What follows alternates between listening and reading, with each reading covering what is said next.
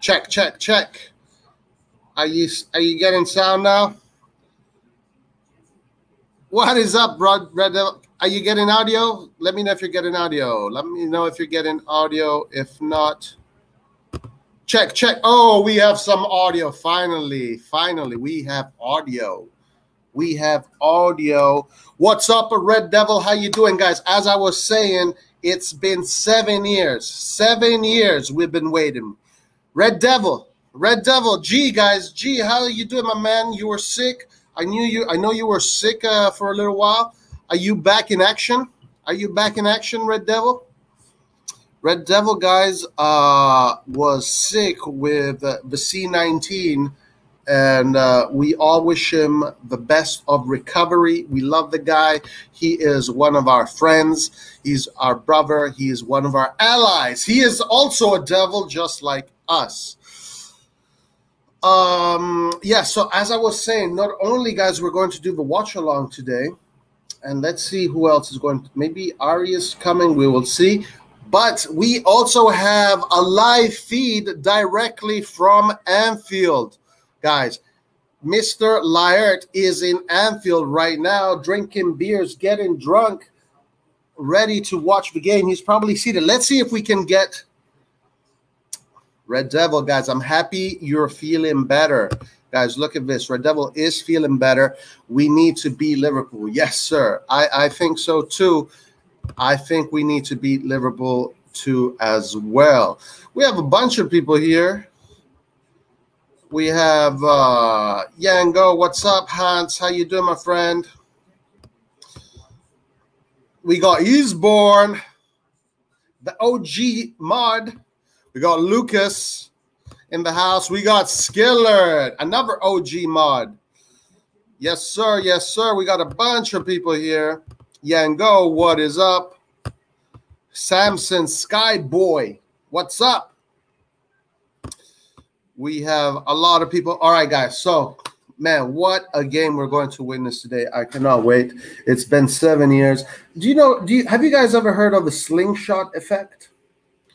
The further you pull back, the more of the projectile will go forward. And this is exactly what's going to happen today, guys. Milan has been waiting for this moment for such a long time, and we're going to catch Liverpool by surprise. That's what I think. That's what I really think. Oh, we got Kangoo. We got two Manchester United fans here with us today.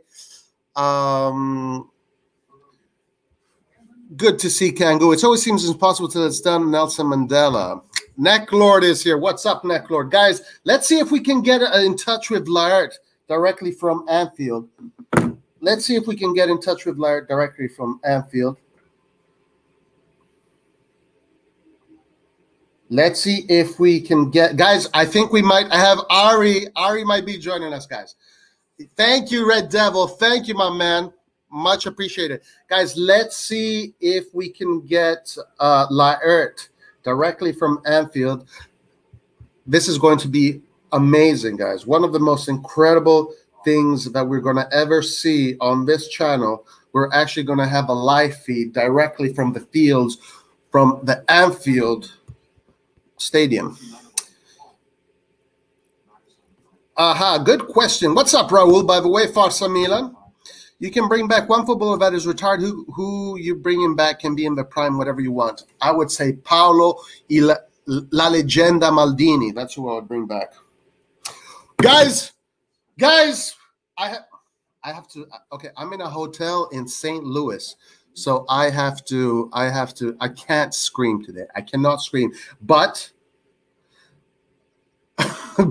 But we do have another person that is going to join us that can scream. Actually, he just said me he can't scream because this other person also is going through. Everybody is having health issues, man. This COVID-19. Yeah. Jamie, I'm telling you, Paolo Maldini, that's who I would bring back, even though he's with us. Okay, let's see if we can get in touch with Laert. Guys, give me a second. I'm going to send him the link. We have 28 minutes to go. 28 minutes. We're going to talk about the game. We're going to look at the formations, AC Milan's formation. We're going to look at Liverpool's formation.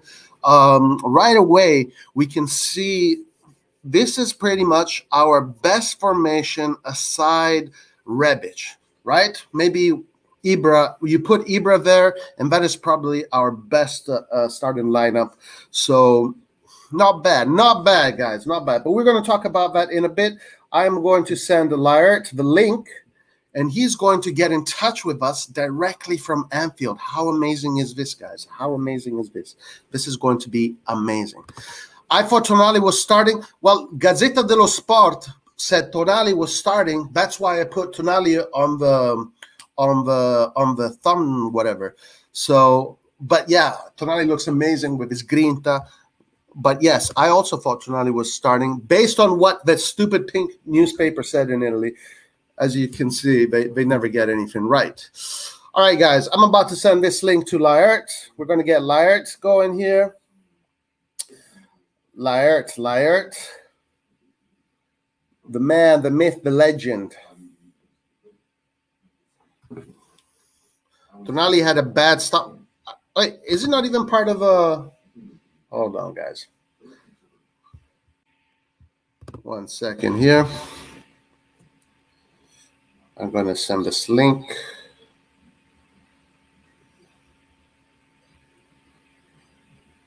Give me 1 second. Okay. All right, got this link. Now I'm going to send it to Laert.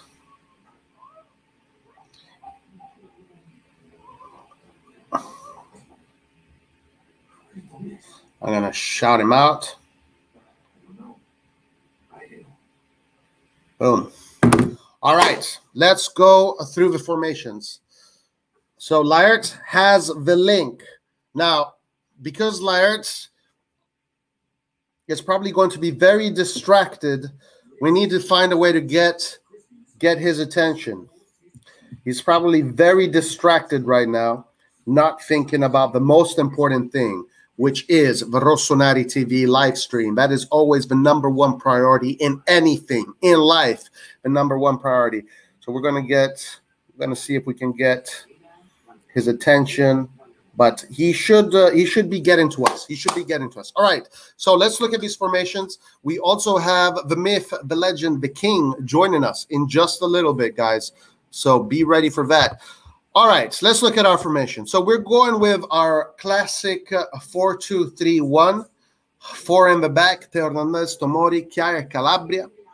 Our 2 midfielders are Benacer, Kessie, Leao, Diaz, Salamakers, the 3 attacking midfielders, starting from the left, center to the right, and then Rebic, the lone striker, up top. So let's start straight away from Rebic. So Rebic is like a hybrid, a false 9 left winger. So you're going to see Rebic try and help the team create. And he's going to help Leao come into play. He's going to help Diaz come into play. And he is going to come into play as well. Benacer is going to be on the other side of Kessie. This formation has it wrong. Google always gets it wrong. Kessie is most likely going to be that box-to-box midfielder, while Benacer is going to be that player that is going to stay behind those attacking midfielders and behind that striker, just directing the play, like he has done. What I am expecting to see with this formation is exactly how we played against Juventus. You're going to see Teo Hernandez go all the way up and double up as a left winger pretty much, while Tomori is going to shift to the left, take care of Salah, Chiaia take care of the center striker, and Calabria is going to be the sacrificial lamb, and he is probably we're not going to see much of Calabria in an offensive position today. He's probably most likely going to be a more conservative fullback, and he is going to take care of whoever's starting on the right, which we are going to see right now. So let's look at Liverpool's formation. Okay, so let's Alexander-Arnold, they're going with the 4-3-3. Matip, Gomez, Robertson. In the midfield, they have Keita, Fabinho, Henderson. Up top, they have Salah, Origi, Jota. All right, so Jota, fast player.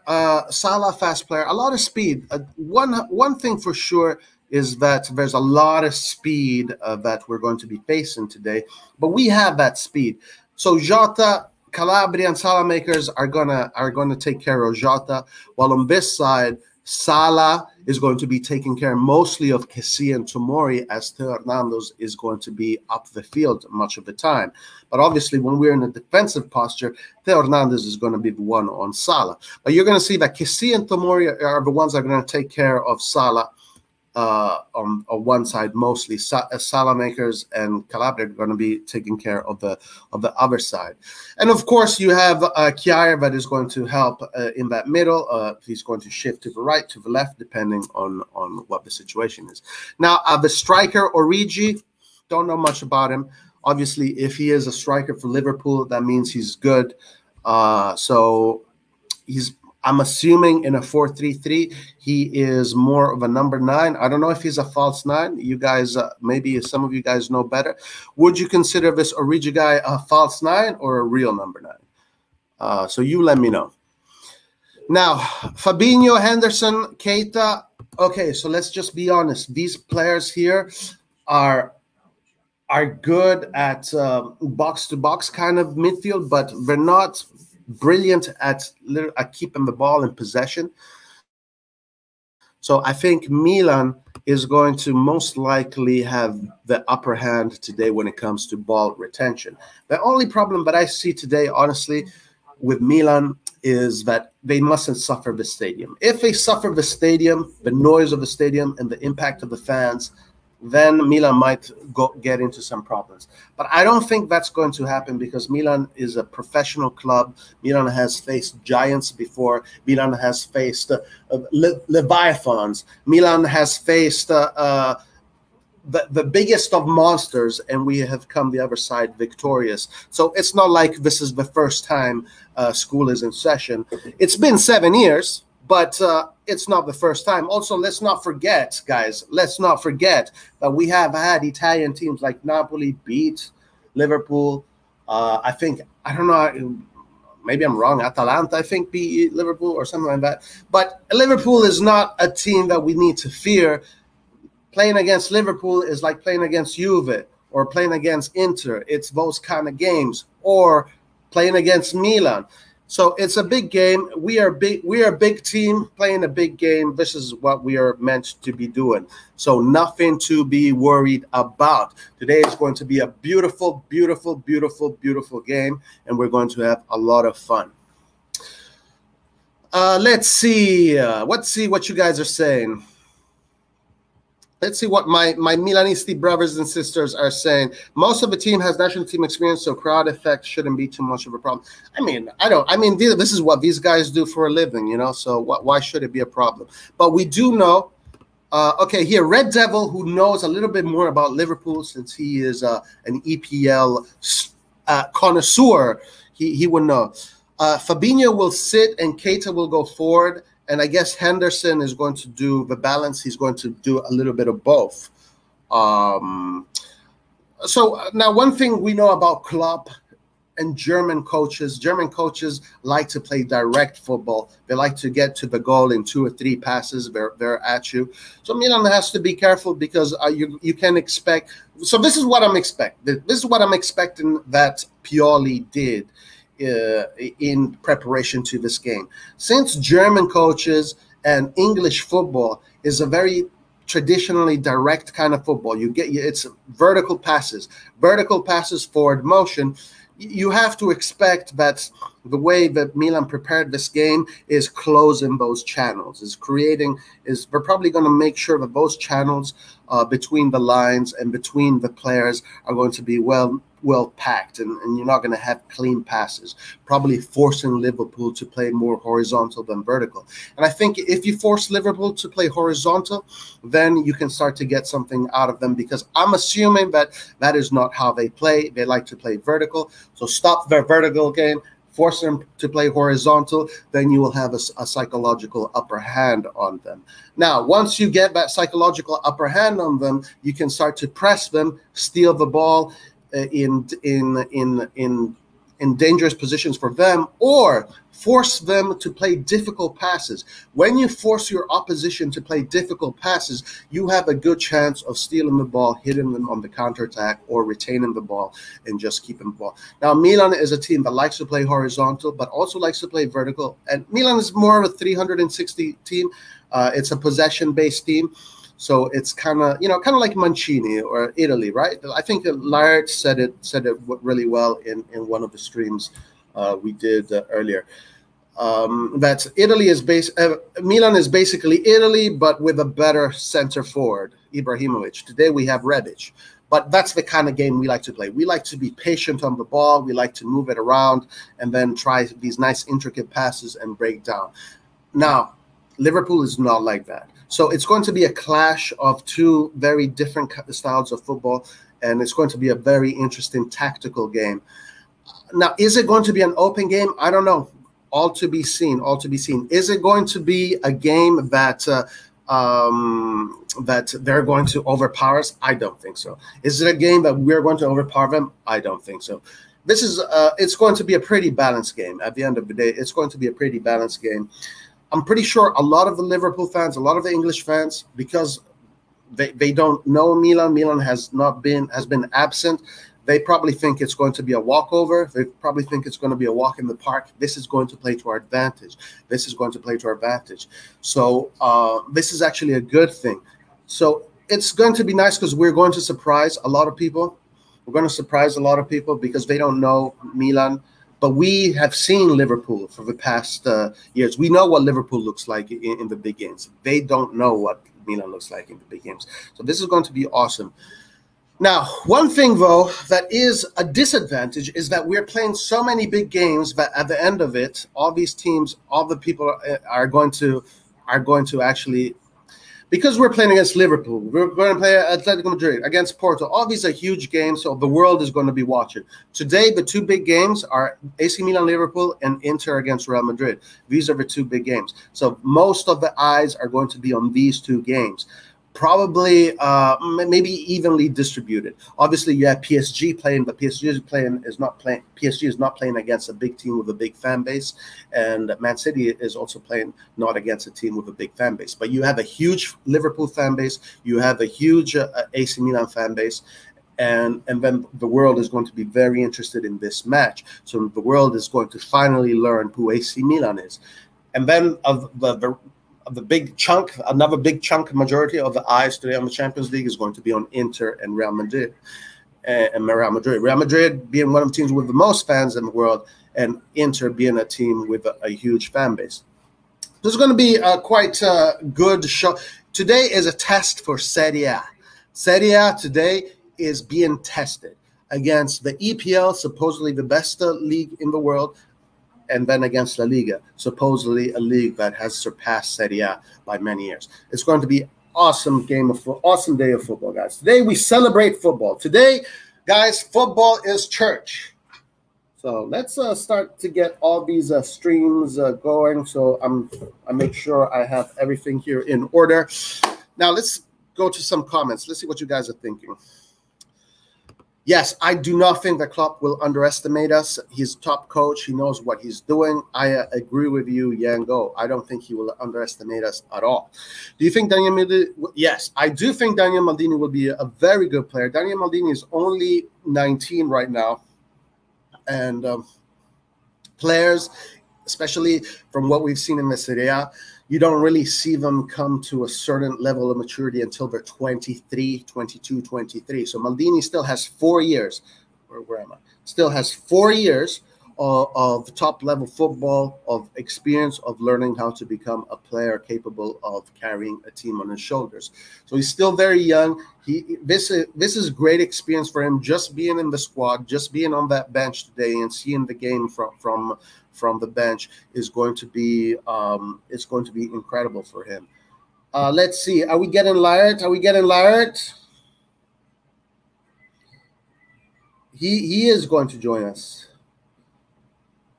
He is going to join us. Maybe I'm going to, you know what? I'll call Laird on WhatsApp, make sure that he, because otherwise he'll be distracted and he'll completely forget. So let's call him. Let's call Mr. Lyert. And let's remind him, yo, bruh, you got to remember about, all right, guys, we are calling Lyert. We're about to call Lyert on WhatsApp. We're about to call him on WhatsApp, and we're going to see if we can get in touch with him. Let's see if I can get in touch with Lyert.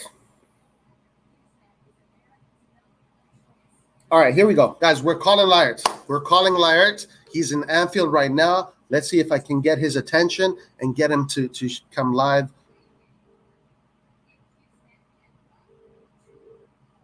Okay, the phone is ringing, guys. The phone is ringing.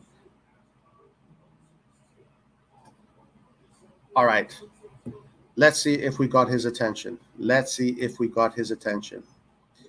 Let's see if we got his attention. Let's see.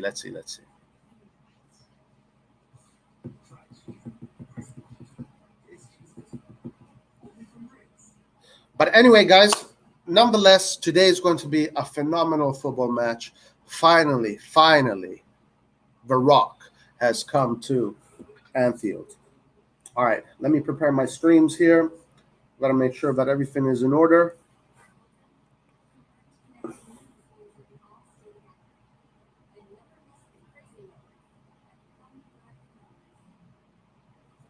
Okay, everything is looking good. Everything is going according to plan. Everything is going according to plan. Ragazzi! Okay, so Lyert is saying the connection is shit. I'm trying for the last 20 minutes. Keep on trying, brother. Keep on trying. Guys, he is going to be joining us. Do not worry. All right, let me see. Let me start to get. So, guys, how excited are we to see AC Milan? I feel like everybody should be very excited to see the Diavoli Rossoneri back in action. By the way, Ari is also joining us today. So watch out for that. Ari is joining us. Okay.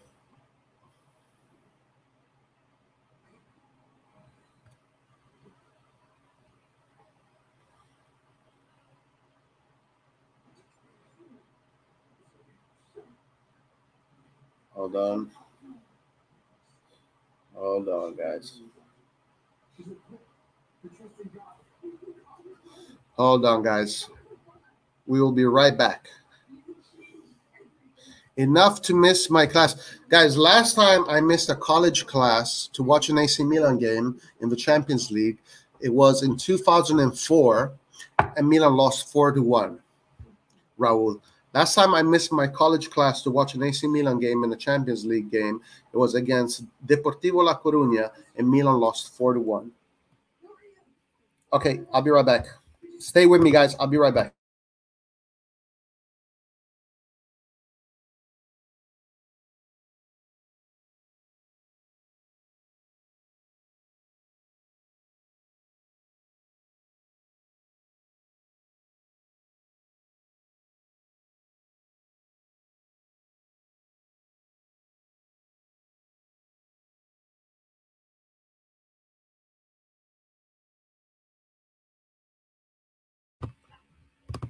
All right, we're back. We are back, and we're ready for action. 10 minutes. Yeah.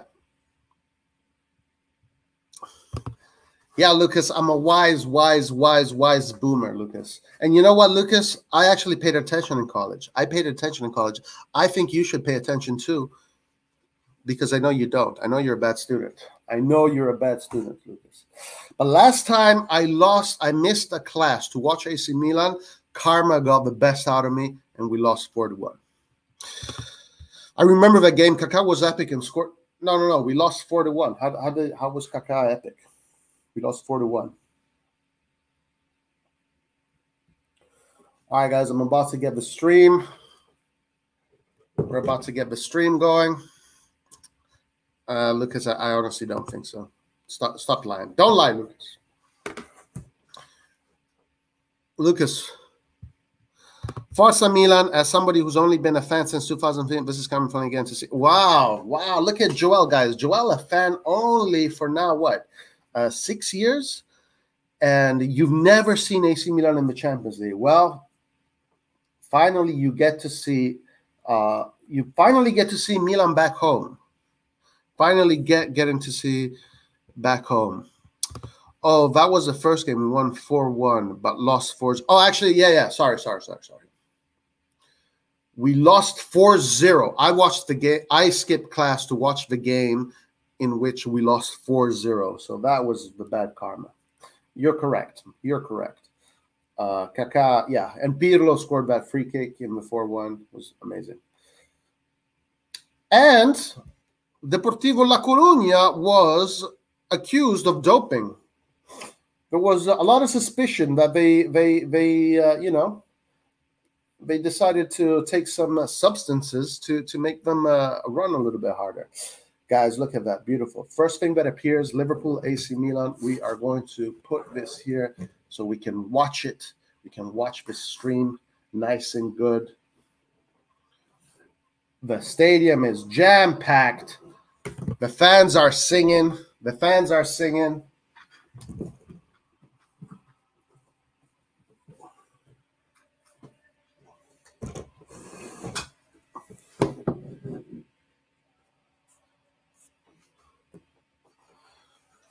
They can sing all they want. It does not matter. All that singing does not matter, guys. What matters is the singing that we are going to do with the ball on our feet. Klopp having a chat with Maldini. Welcome, Joel. Same here. Since Mihailovic. Wow. Wow, guys. These are new AC Milan fans. Well, guys, I'm glad you guys have joined the family.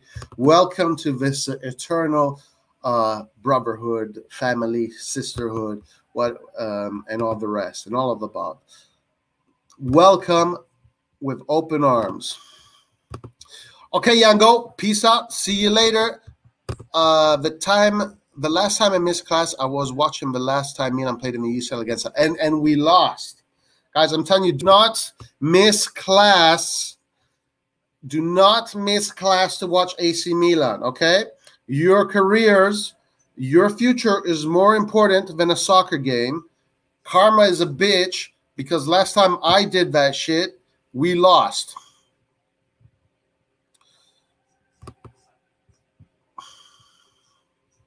See you during halftime, Fox. I just saw Liars on TV. Really?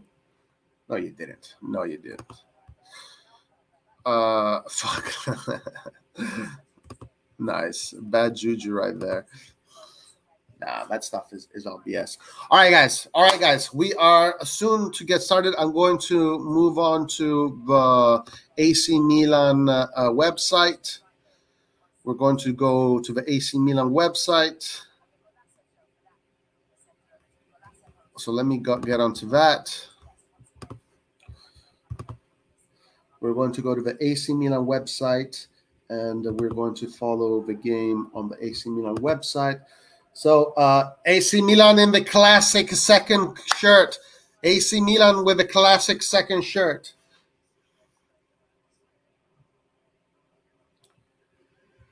Guys, all right, let me move on to the second shirt. Share screen.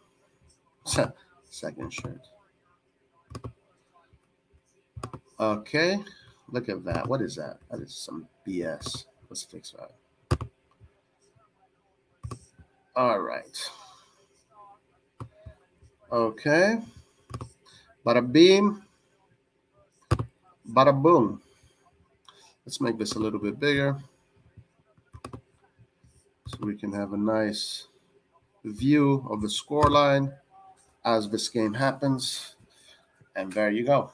We're all set to go, guys. The time has come. Time for some pure magic action. Guys, Ari is going to be joining us soon. So how long has it been since... Let me straighten up my cat. Forza Milan. Okay.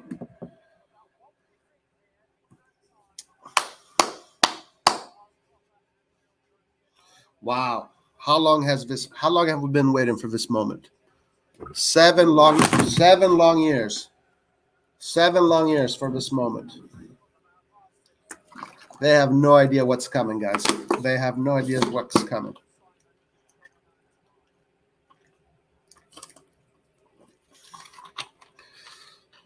A lot of these players playing in the Champions League for the first time.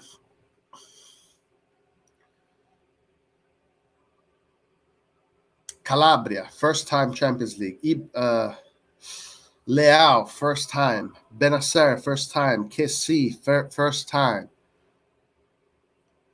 While we're playing against a team that has been 2 finals of this competition already. So this is a very well experienced team. These guys are not going to be suffering the pressure today of the competition. They're not going to be suffering the pressure of the competition. Carlo Moretti, ole. Guys, we have Carlo here, another OG mod. We have another OG mod. One of the Trinity, Skillard, Eastbourne, and Carlo. All right, so here we go. We're looking at the formations.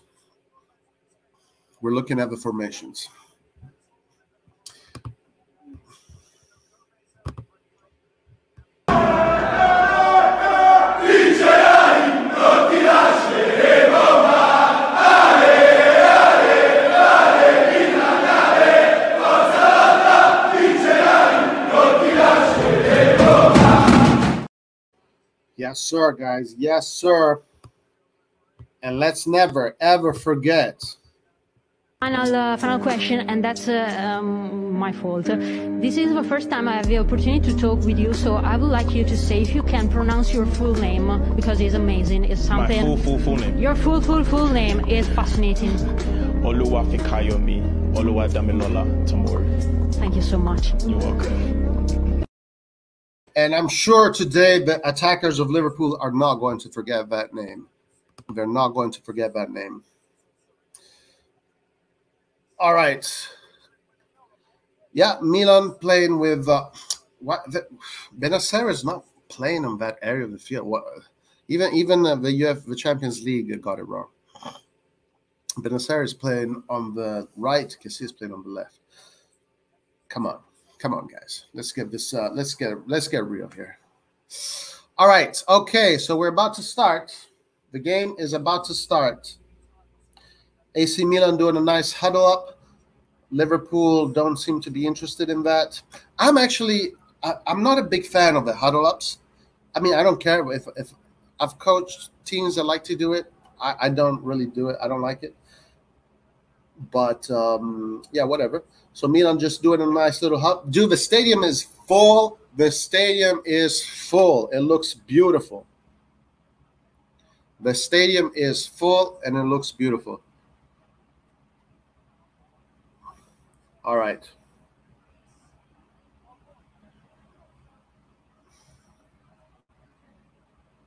All right, we're about to start.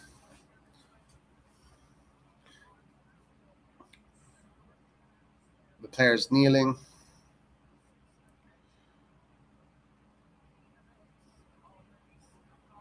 All right, here we go, guys. It has begun. Right away, Liverpool with a long ball. Liverpool, Kier, Salamaker's in deep line. Wow, I can't believe how close the fans are to the stadium. It's crazy. I mean, to the pitch. Anyway, guys, I'm going to do. Wait, hold on. Let me see if I can get the stream going again. It seems like it's a little bit behind.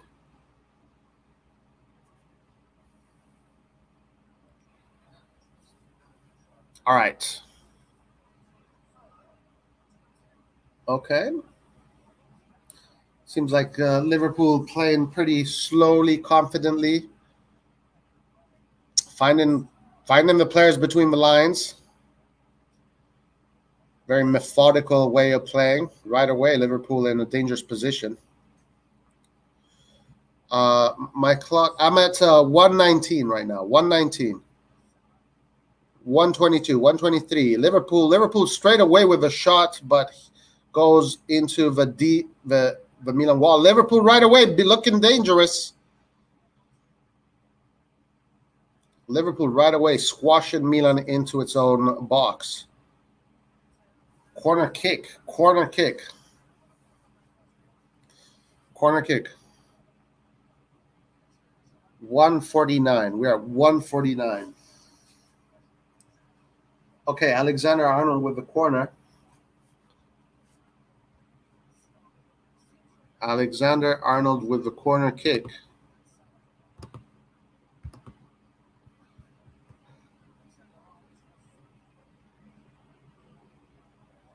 Right, straight into the field. Liverpool right now in this moment squashing Milan. It's in its own box. Let's see now. Okay, so now let's see what Milan does with the ball. This is when we find out. This is when we find out. Magnan taking his time there.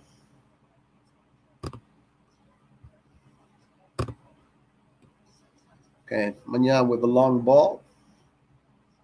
Let's see if we can outmuscle Van Dijk. Rebic doesn't even try. Liverpool now with a lot of the possession. Liverpool finding the spaces between the lines. Whoosh! Liverpool right away looking very dangerous. Milan needs to find their feet. It's going to take them about 15 to 20 minutes to find their feet. But once they find their feet, guys, it's going to be a whole different story. All right, okay, let's see. Come on, Milan, let's play some football. Okay, Benacer goes to Theo Hernandez. I see Calabria moved up the field, so it doesn't look like Calabria is actually going. It looks like both fullbacks are going to play as fullbacks. Bad pass from Calabria. Jittery feet from AC Milan, guys. Jittery feet from AC Milan. Jittery feet from AC Milan in the first 4 minutes.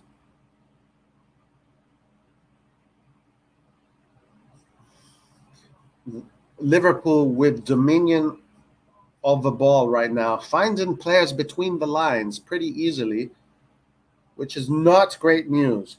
Liverpool coming forward. Liverpool playing in between AC Milan's lines. Leao doing a good job defensively, but Liverpool is finding players in between the lines. That is not a good sign. We need to fix that right away. Milan needs to forget about the fans. They need to forget about the occasion and just play football the way they know how to play football. But it takes usually 15 to 20 minutes.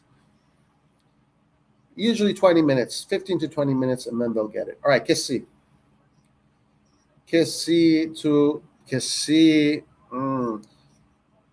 Liverpool here. Liverpool looking very dangerous.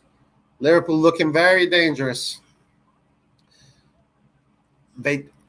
definitely having a time adapting to the spacing, to the environment. While Liverpool, obviously, they play in this stadium, every week almost. So, but as soon as Milan finds their feet, they find the measurements, and they find that confidence, they get up, they start to sweat a little bit. You'll see Milan is going to get into the game. Right now, what we have to do is just withhold the pressure. We have to just be focused. Okay, we have a counterattack. Salamakers brings it back. Benacer to Brahim. Brahim to Salamakers. Now Milan is playing. Benacer to Kjaer back to Magnin. I can see that Liverpool with the strong pressure. Magnin to Hernandez. Milan starting to find their feet. Very close by Milan. Very close. Offside position. Very close. Yeah, guys, it's going to take a little bit before Milan get their measurements correct. And then, guys, it's game on. But very importantly, these first 15 to 20 minutes is the most important part of the game, and we must not concede. If we don't concede in these 15, 20 minutes, then it's matchup. All right. They need to.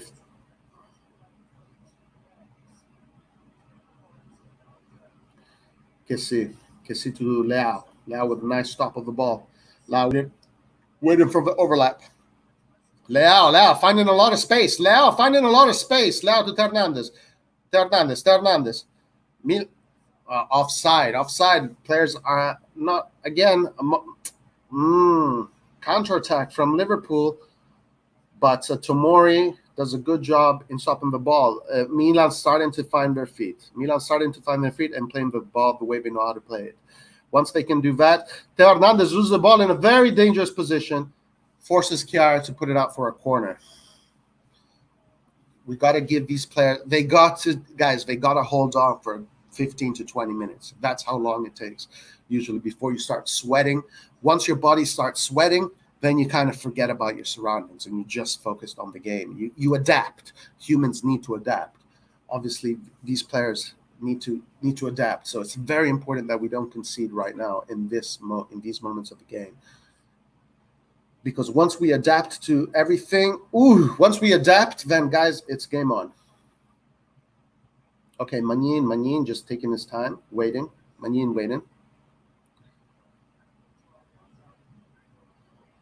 Okay, Chiara to Kessie back to Chiara. Now Milan playing very high line by Liverpool. Very high line intensive press by Liverpool. Kind of forcing AC Milan to not play the way they want to play. But even if they play with the high line, Milan is able of going through those lines. But again, guys, it's just a matter of adapting. They need a little bit more time to adapt. So no worries, guys. Don't worry. Nobody worries. This game is still good. No worries. Okay. Van Dijk to Salah, and this sent Salah finding a really good pass here. Liverpool looking very dangerous. That's a goal. 1-0.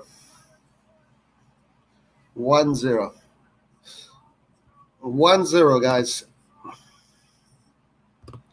Milan starting too nervous and conceding in a moment where they shouldn't have conceded. They're way too nervous, but if they could have kept on playing, and they need to get rid of the jitters. Too many jitters in their too many butterflies. The inexperience of the youth. But again, they will adapt. And they will get it. Davide Romano, what's up, my man? They will adapt. Do not worry, guys. Do not worry.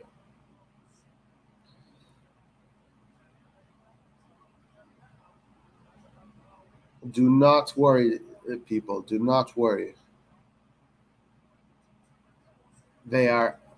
Liverpool still on the offensive, not giving AC Milan.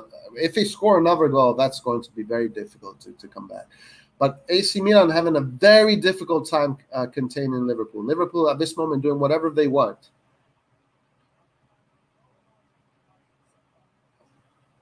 At this point, Liverpool is doing whatever they want, and Milan is suffering Liverpool's possession pretty badly.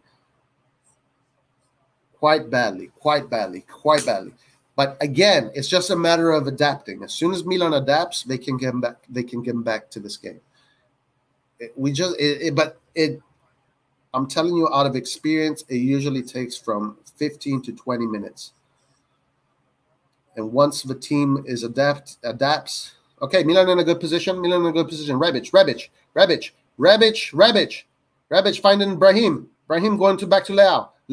Leao with a nice dribble. Leao. Van Dijk. Good defensive display from Van Dijk. From Van Dijk.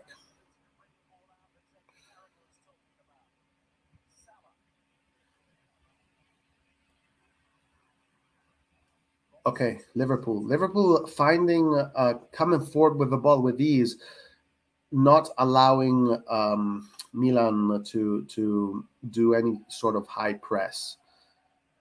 At this point, At this point, guys, we have to say that Liverpool has dominion over AC Milan. And so now we want to see what happens around the 25th minute. If at the 25th minute Liverpool still has dominion over AC Milan, then guys, we are in there's a long night. This is going to be a long night.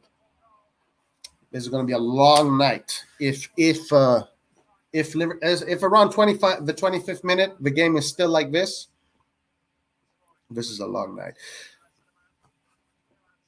Right now, Milan is just looks like they have been caught under the moment of the occasion.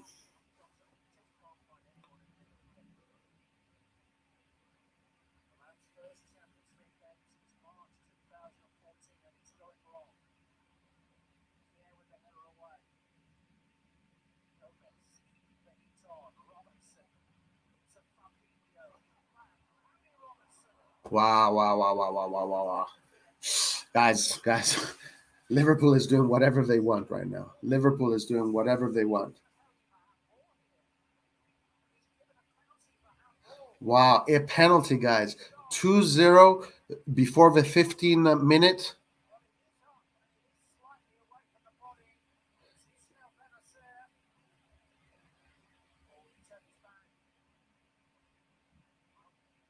Maybe that's not a penalty. We'll see. But 2 goals, if they score, and then 2 goals in 15 minutes, that's very poor showing from AC Milan. A very poor showing.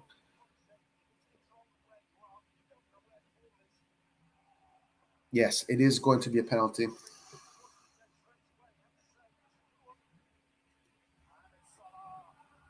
Let's see what happens. Guys, it looks like Mike Maignan saved the penalty according to Velkio Basic. I am behind, but it looks like Maignan saves this penalty from Salah. Yeah, but guys, trust me, guys, I have a lot of experience in coaching football, guys.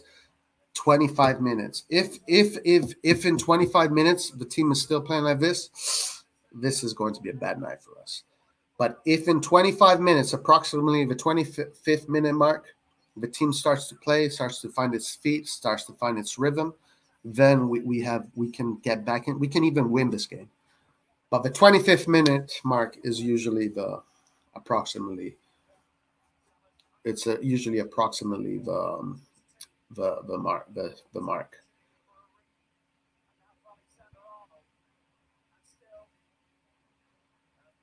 I'm still at 15 minutes right now, guys. We have 10 minutes. If in 10 minutes the team does not wake up, guys, I don't think the team is going to wake up. But let's see what happens. Liverpool with the ball, starting from the back.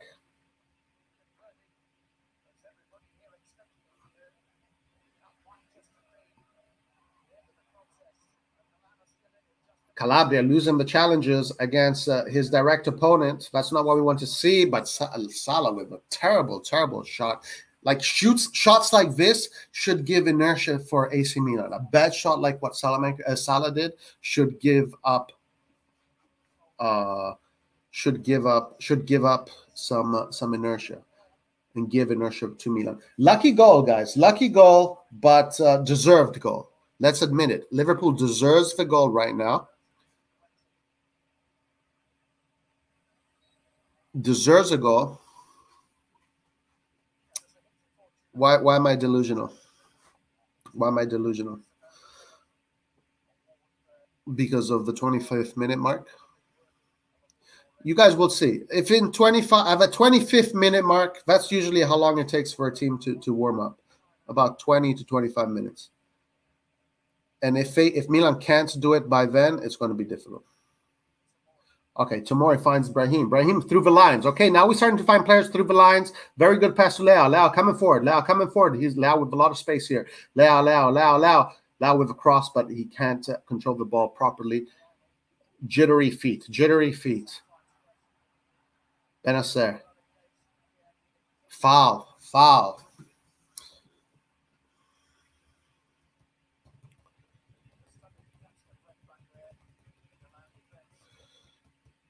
Milan is still looking nervous. That is the problem. Milan looking they look a little bit lost. It's because of the whole measurement thing, guys. It's adapting to your environment. They need to adapt to their environment. Don't think that Liverpool is a superior team because of this, guys. If Milan played in this field every week, it wouldn't be this way. But it's a matter of adapting to the environment. So we're 17 minutes in. 17 minutes in. Let's see if Milan can adapt to the environment and find its rhythm. 17 minutes in. All right. Long ball from the Alisson here. Bad control for Salah. Guys, we saved the penalty. That's a positive thing. That's a very positive thing.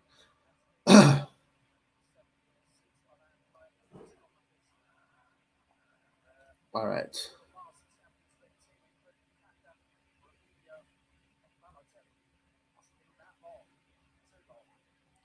Leao, nice layover. Not working. Milan they should go with a little bit more determination on those 50-50 balls. Liverpool seems to be a little bit more physically stronger when going into those 50-50 balls. Milan showing a little bit weaker. But guys, once again, it's not that Milan is not capable. It's just a matter of adapting to the stadium, adapting to the noise, adapting to the measurements, adapting to the teams they're playing. As you can see, the measurements are not there. Salah is making a mistake here that he would normally not make, even in spaces that are tighter than what you see. It's just a psychological thing. It's just a psychological thing, and we just have to hold on until we get over this hill. That's all it is. That's all it is. It's a hill. We have to get over it. As soon as they find those passes, as soon as they start to do 2 or 3 connections, they'll figure out the matrix. It's a matrix. You have to figure out the matrix. Football, like anything else, is a matrix. As soon as you figure out the numbers, you figure out the geometries, the trigonometry, then you got it. Liverpool squashing AC Milan at this point. Again, it's not that Liverpool has better football players. It's just that psychologically, Milan is deflated in this current moment. Dangerous play for Liverpool.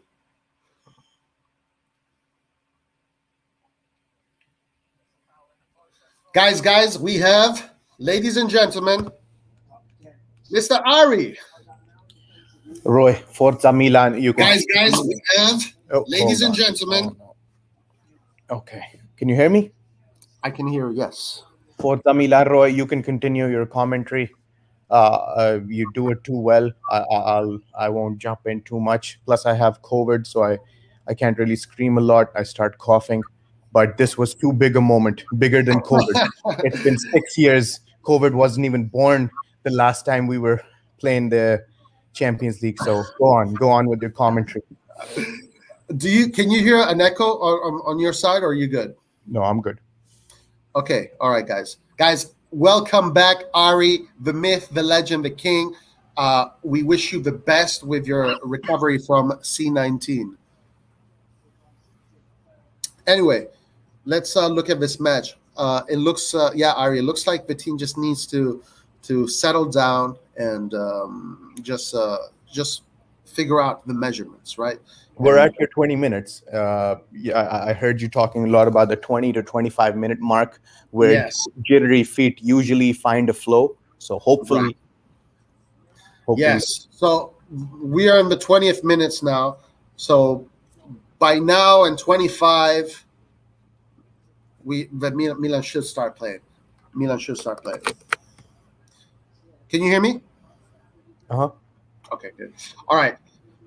Okay, Liverpool moving the ball now on their left. Salamakers.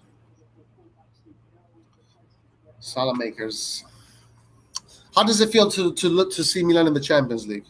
Absolutely wonderful. I have been explaining the emotions to my girlfriend all morning, and I don't think she still understands the gravity of the situation here. I told her that even if oh my God, okay, okay. I told her even conceding today at Anfield uh, would give me a feeling way better than playing any of those Serie A or Coppa Italia matches in the past 6 years. It's going to be a different feeling regardless of the result today. Yes, yes. Plus, it helps that it's a group stage format, which I also explained to her. Right, right. We saw images of Maldini. This is a match. Maldini beat this team in a Champions League final, and he lost to this team in the Champions League final.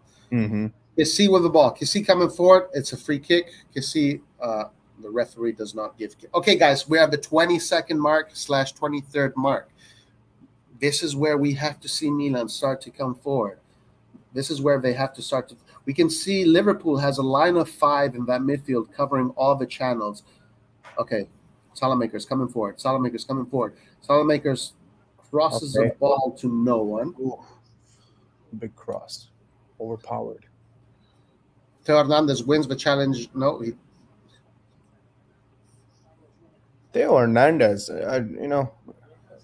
expecting a little more on that side, especially since he's dealing with Mo Salah. Oh, Tomori. Tomori showing his strength against Origi. Oluwa Damilola Tomori. Right. Origi is a big guy. Okay, so now we're starting to see something. I'm starting to see a little bit more conviction in the movement, guys, and we're on the 23rd mark. I'm starting to see more relaxed. The bodies are starting to look a little bit more relaxed. Let's see if it can keep on going. And as soon as I say that, Tomori makes a bad pass. But I'm starting to see a little bit more of scioltezza. This is what we call it in Italian, scioltezza. So let's see. Yeah, that's a good sign. But as you can see, we still have a lot of space in between those lines. We're on the 24th mark. Liverpool finding players between the lines. Good job by Benacer winning the ball back. Ooh, Benacer. But he cannot find Salamaker. Salamaker is suffering a lot right now on that wing. Yeah, giving and receiving. Salamaker's. Yes. But, these are some of the strongest wing backs in the wings in general in the world that we're facing today. Liao and Theo Hernandez, people like them will realize today that they are not as big as speed demons as they once thought they were. Right. Today is going to be a big challenge for them. But it is a foul for AC Milan in the middle of the park. So let's see how AC Milan, guys. We're in the 25th minute. By now, the team should be warmed up. The jitters should be gone, but I can still kind of see a little bit of jitters there. I'm starting to see a little bit more of what we call in Italian scioltezza, but it looks like tactically today, the way Liverpool is defending with that line of 5 in the midfield, it's making it very difficult to find those spaces between the channels. So Liverpool is making it very difficult for Milan to play vertical. Yeah, I've barely seen any vertical play. If you can see, Liverpool is covering all the vertical passes very well. But Milan now starting to look a little bit better here, but starting to find some chain of passes together at least. Yes, so guys, we're about 25th minute. As you can see by now, the team has to be warmed up. They need to be warmed up. So they're starting to find a little bit of space, but still trying to figure out how to get through the Liverpool wall. Magnan with a long ball. So now let's see if their pressing works. We want to see AC Milan's press work. That's what we want to see. By the way, Larix has tried to join the live, but apparently Anfield's connection is quite bad. Lucky bastard. And I think some people saw him earlier. All right. So right now the game is starting a little bit. It's, as you can see, it's also becoming a little bit more difficult for Liverpool to attack, but Liverpool definitely has dominion right now over AC Milan. I feel like as the game progresses, Kessie and Benacer will start to figure out how to play around this midfield press. Yes, I think so too. I think so too. Guys, now we're in the 27th minute. 27 minute. By now, a team should be fully warmed up. Fully warmed up. So let's see how we do.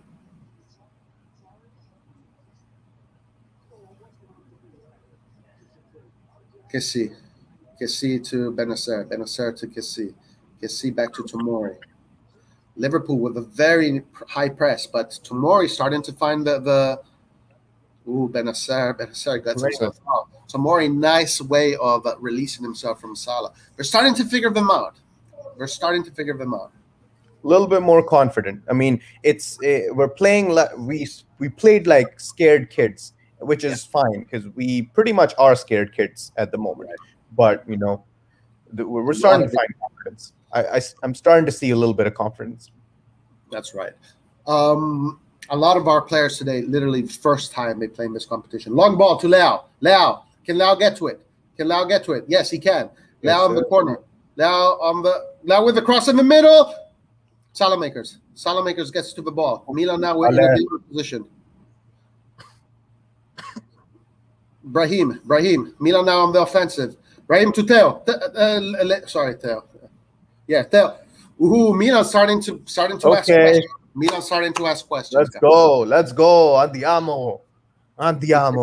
Kessie to Benacer.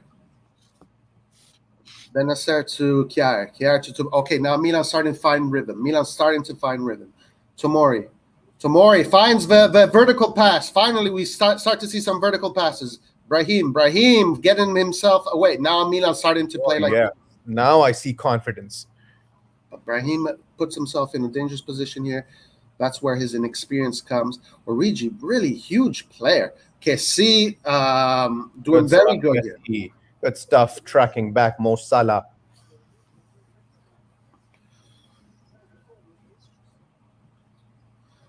Okay, Liverpool in front of the box, dangerous position. Ooh, Mike Magnon. Man, he's had a great performance so far. You know, even the goal was clearly not his fault. Great performance so far by Magnon. It was a lucky goal at the end of the day.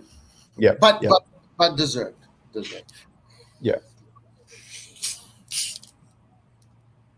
All right, AC Milan is able to kick the ball out. Salamakers chasing Van Dijk.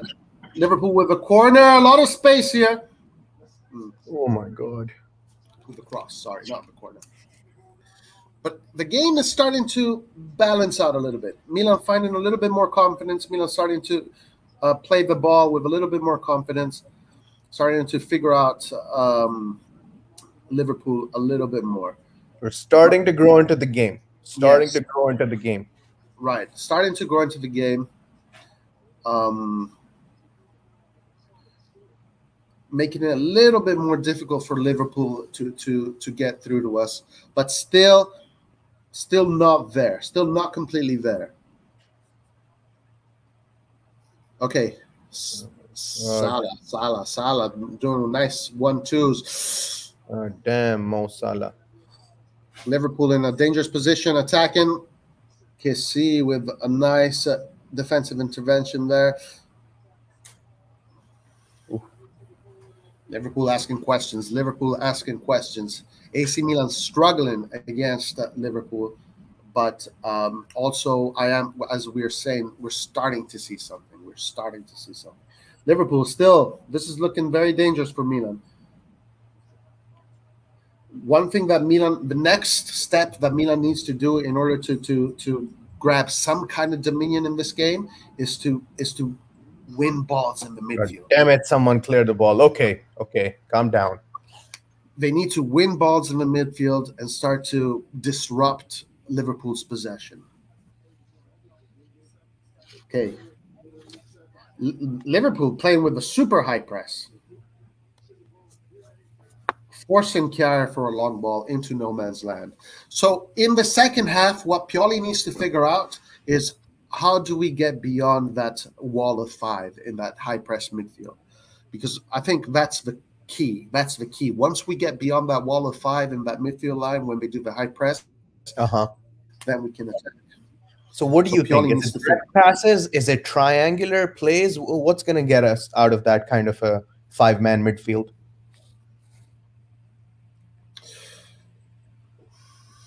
That's a tough question to answer right away.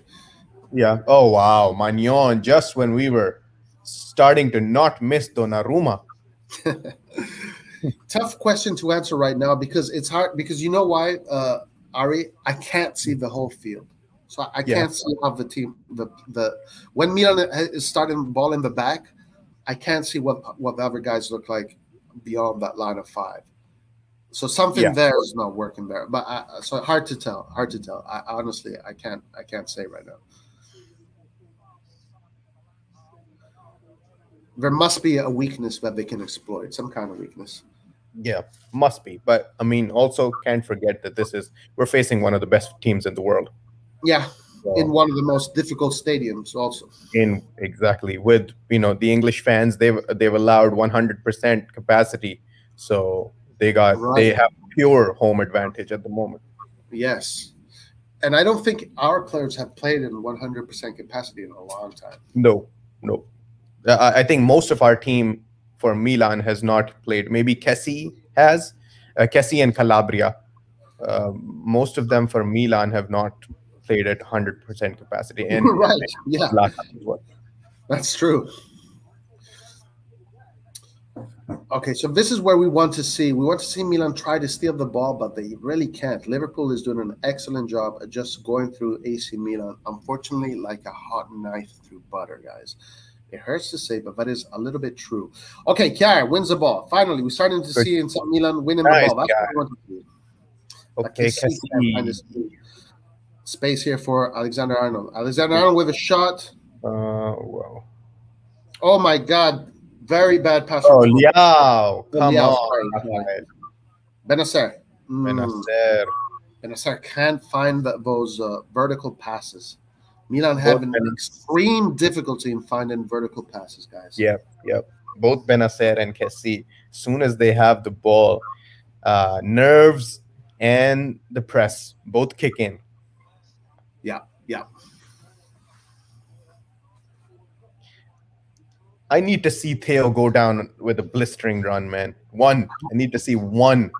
So once we break out once with one good counterattack, they'll automatically start to sit back because they'll know that this is possible. Right now, they don't even know if it's possible because neither Liao nor Kessie nor Theo have done any of that.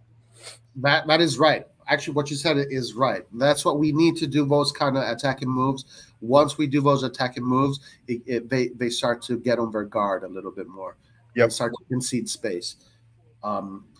Right now, the problem, honestly, it's not that we're not capable. It's just that the team is jittery. Is very jittery. Yeah, and I understand, man. I understand exactly what's going on right now. You cannot blame them much right now. Right. And they've contained well. Liverpool started off and are still in the mood for a lot of attack. So having conceded one goal out of all those attacks plus a penalty, 14 attempts, by the way, right? 14-1. Crazy. We're doing well. That's crazy, but no, I understand what's going on too, and I think most of the Milan fans understand that. Look at how they're crowding Benacer. And also, guys, this is good experience for our players. And again, it's not that we're inferior to them. It's just a matter of experience, of jitterness, adapting. And then we'll get him. Brahim with the ball. Okay, Milan in possession. Finally, we get to see Milan in possession for a long spell for Liverpool. Contain. All right, Kjaer. Now let's see if Milan can get beyond this wall. As you can see, there's a wall of 5 that is covering all the vertical passes really well. We finally get a vertical pass. Brahim finds some space. Theo Hernandez up. Theo Hernandez up. Cannot find the cross. Cannot find the cross. But finally, guys, that's the key. Getting through that wall of 5 inside those vertical passes. I guess it's up to the attacking midfielders to get in those channels, and for our defenders and our midfielders to give some good passes. But, you know, at this point, we're 37 minutes into the game. Milan, Milan should have adapted at this point. It's like watching Milan Lazio, but with the roles reversed. Yeah, it is. It is. That's I did think about that too earlier. What a performance that was. Yeah, that was a great performance. All right. 38 minutes in, still 1-0.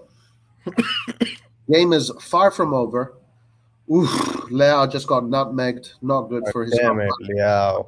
But what a bad pass was that by Alexander Arnold. Is Alexander Arnold English?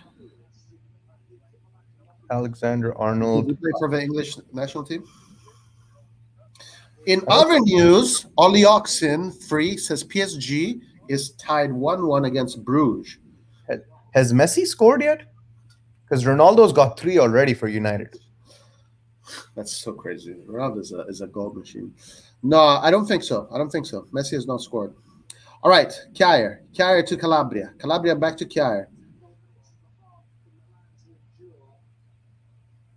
Magnin to Tomori. Tomori to Kessie. Kessie. It's really up to Kessie and Benacer to make this team work. It's up to them. Kjaer. Liverpool with a really high press. There is our vertical pass. Finally, we get it. Hernandez. Really bad pass by Hernandez. But we are Salamakers wins the ball in a good position. Okay, solid. Salamakers trying to hustle for the ball, and we don't get it. But yes, these vertical passes, guys.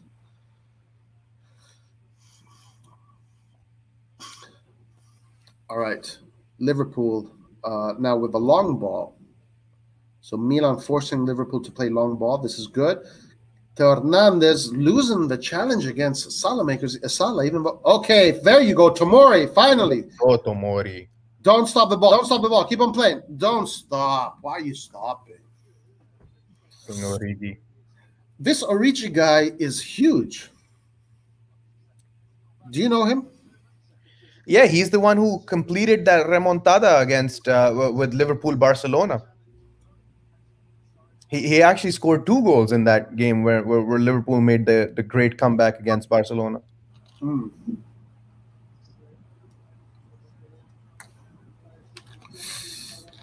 Yeah, I don't know. This is the first time I see him.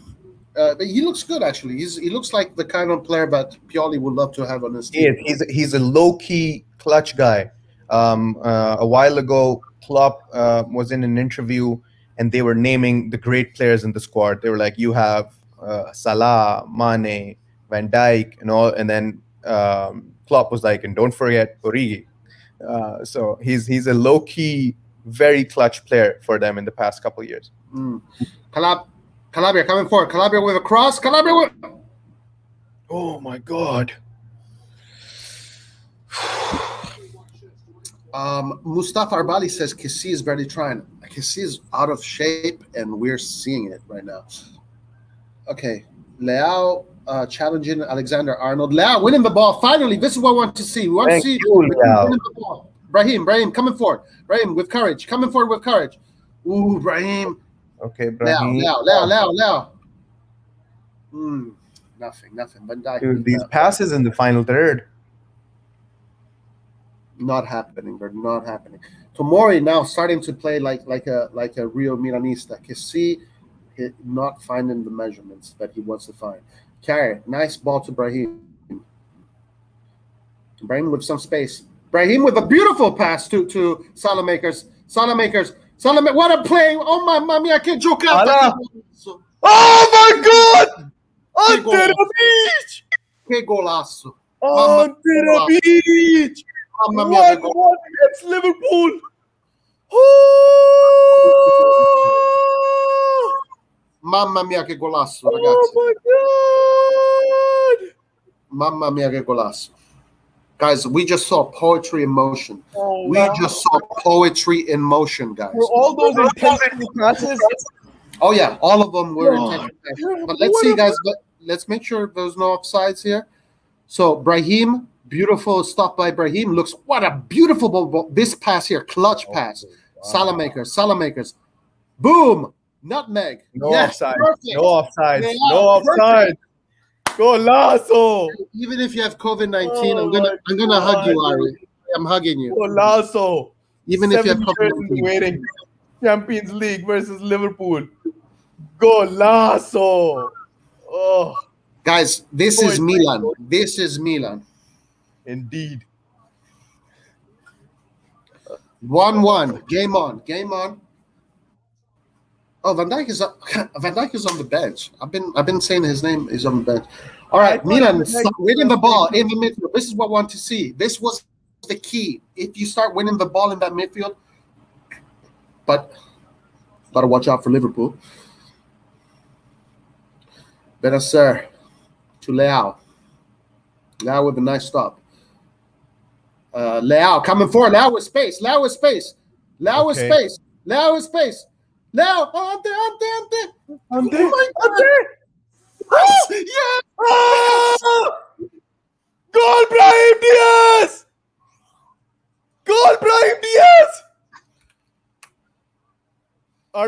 No way. No way this is happening, Roy. Are we up guys. At Anfield? 2-1. 2-1 at Anfield, first Champions League game in how many years, Roy? 7. 7 years. 7 years, first game. Oh my. He wasn't Leao with the beautiful timing. Wasn't offside. It was perfect timing. Leao with 2 clutch plays, Leao. Oh my goodness. And Rebic with the pass in the middle. This is stuff of dreams. Wow. Amazing. Just wow.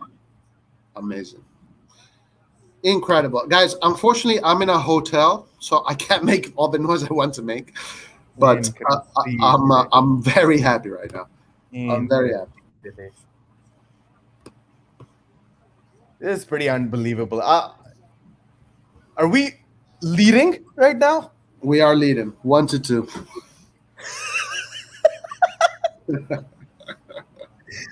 Oh my God. All right. Wow. Kjaer to Manin. Guys, we're going into halftime with the lead. Milan has to make sure that they do not submit any goals right now. Just keep. Now they're going to play with confidence. Now we got a confident second half coming up. Yes. Wow. All right. Okay, Manin. The ball is safely in Manin's hand, but we have a foul here. This should be a yellow card to Salah.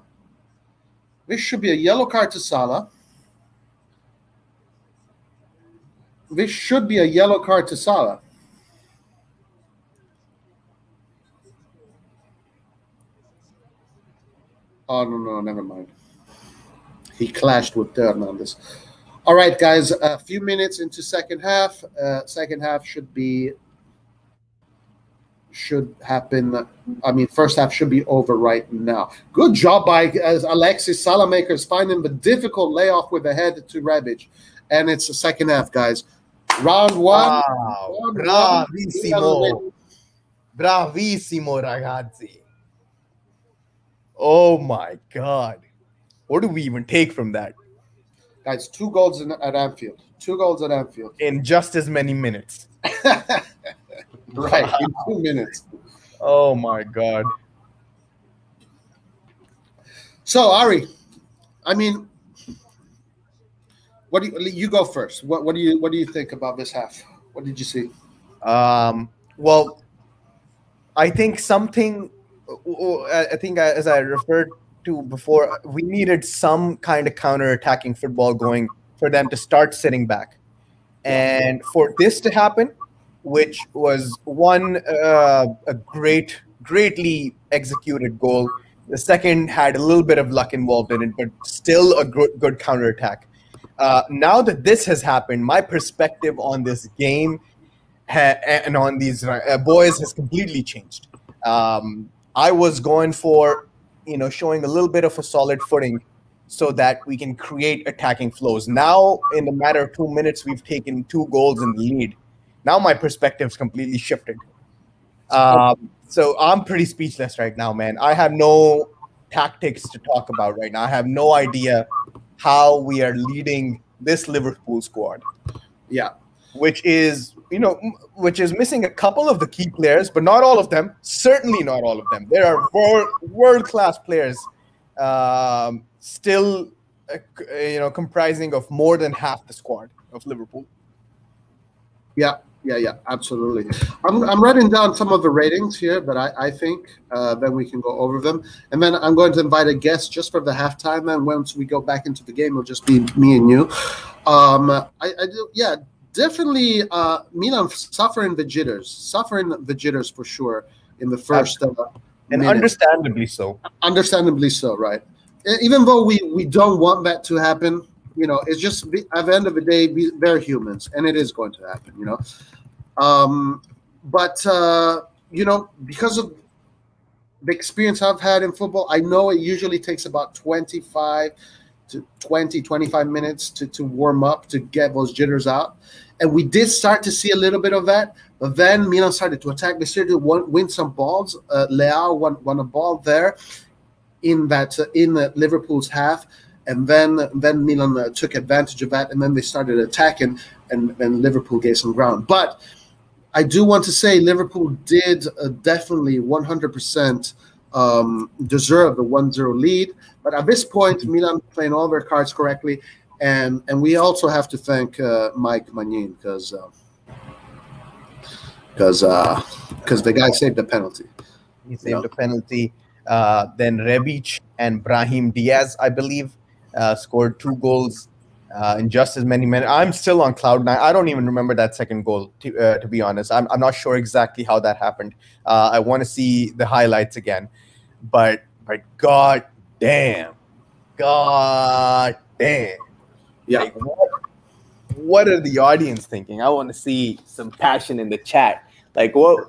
I was so ready to, All right. Here are my ratings, Ari.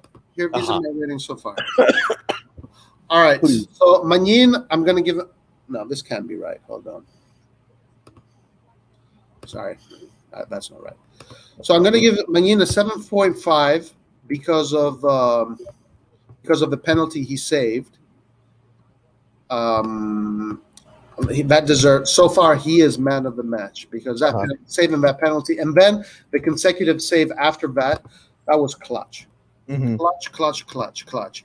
All right, so let's do this first, and then let's go to the audience. So I give Magnin a 7.5, Calabria 6, not the best of Calabria. Kaya Tomori 7, maybe that's even a little bit too generous. Teo quite poor. I give him a 5.5. Kessie and Benacer also, I give them both a 5.5. They have not been able yet to really impose themselves. Kessie, just both of these players not fully fit. Leao 7 with 2 clutch plays, two super clutch plays. Salamakers, not bad. Okay. I give him a 6.5. Highlights too now. Brahim Diaz, when Brahim Diaz starting to find some of those vertical passes, and his dribbles were also starting to work. His dribbles are starting to work, so I'll give him a 6.5 for now, and Rebic a 7. 7. How about you? Go player by player. Let me know. Um, well, I was just looking at that second goal. Theo Hernandez would have been there if Brahim failed to get there. So we would have gotten that goal even if Brahim wasn't there. Theo Hernandez would have gotten the rebound for his shot. So far, I'm gonna give Manyan an 8, a little more, because one, the goal wasn't his fault at all. He's done brilliantly so far, except for that one corner that he gave away, which was a little shabby. But I'll give Manyan an 8. Calabria and Salad are both going to get a 6 from me because I haven't really seen anything happen on that flank. Most of what I've seen has happened on the other flank with Liao and Theo. So Calabria and Salad, I'm gonna give them a 6 right now. Kier a 7, Tomori a 7.5. I've seen in the first 30 minutes when as in from your words, the whole team was pretty jittery and were trying to find their feet. The only real confidence I was seeing was from Tomori, arguably. You're right. You're right. I would give Tomori a 7.5.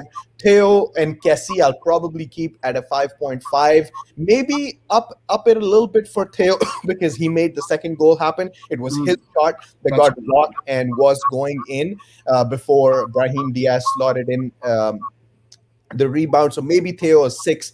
Kessie and Benacer both will stay at a 5.5. Maybe not necessarily entirely their fault. It could be blamed on a little bit of fatigue, match fitness, and also we have to keep in account that these players are not at all experienced with this playing against this kind of a midfield with this kind of a press in this kind of a Champions League night. They have zero experience of that. So not sure if I can completely blame Kessie and Benacer, but I will give them that 5.5 rating.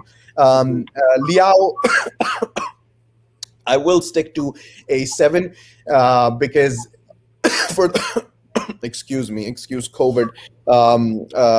Hopefully I get rid of this cough soon, but when I talk more, the cough starts to come back. Liao gave the ball away several times, had dribbles, did not work for him several times. So I'm going to keep him to a 6.5. Rebic, a 7.5. He was involved crucially in both goals. So definitely upping his ante to 7.5. He's also facing some very fast center backs and full backs. And that leaves me with Brahim Diaz, who I'm going to give also a 6.5 because in the first 30 minutes, my rating would have been a 5.5, but then the dribble started working. He then also played a good pass leading up to the first goal, and he, of course, scored that second goal. Yeah. Nice. Brilliant. That was brilliant. 7 years and 45 minutes of Champions League football. We are currently beating the ex-champions of Europe. Right. This team has been in 2 finals, in the last 4 years? And have won in the last 3 years. That's crazy. That is absolute nuts. It just goes to say that this competition is just so important to AC Milan. It's literally in the blood of this team. This competition just brings out the best out of AC No matter what happens in the next 45 minutes, Roy, how much of a confidence boost is this going to give the boys, the ragazzi for the Serie A? I think a big confidence. No matter what happens in the next 45 minutes. Yeah. One thing, you're talking about Kessie and Benacer, and when you were talking about Kessie and Benacer, I was thinking, Kessie and Benacer, not only this is both their first experience of this level, this high intense level where you have, Champions League, such a huge competition, but tactically speaking, Kessie and Benacer are dealing as 2 midfielders with a wall of 5. It's literally 2 versus 5. As soon as Benacer gets that ball, he's overloaded. Kessie at least has a big stature, so it looks like Kessie can fight it off if he wanted to. But Benacer is like he also like kind of bends down like a hockey player when he's playing a lot, when he's turning. So Benacer looks very small when he's pressed Yeah. with that midfield. That's a lot of pressure he's facing. Yeah. And so I'm hoping that Pioli can make some changes there and can figure something out. Because what we were saying earlier, like what we need to do is get those vertical passes through that wall of five. They have those 5 players in the middle, and they have these channels. 1, 2, 3, 4, 5. They have 6 channels, right? I think something like that. 1, 2, 3, 4, 5, 6, 7 channels. There are 7 channels there that you can exploit, but those channels are really tight. So if Milan can find those vertical passes through those channels, meaning that the attacking midfielders get themselves in positions between the lines in those channels, then we can get some. That's what Milan needs to really get a hold of in order to gain more dominion. Because even though right now Milan is winning, Milan is looking more confident, we still don't really have dominion over the game. Not just yet. But I think we can. Because again, I don't think this is a matter of talent. We have a talent. It's just a matter of the occasion. Milan is just caught by the big occasion. This is the first time they're playing this kind of game. It's been 7 years. This is what it is, and you understand that. Most of us understand that. All right, let's get someone from the audience. Let's see what he thinks. Let's do this before the second half starts, guys. I'm going to invite anybody from the audience. I want to know what you think about the game. Give us your opinion. I'm really starting to get confident about this Donnarumma replacement.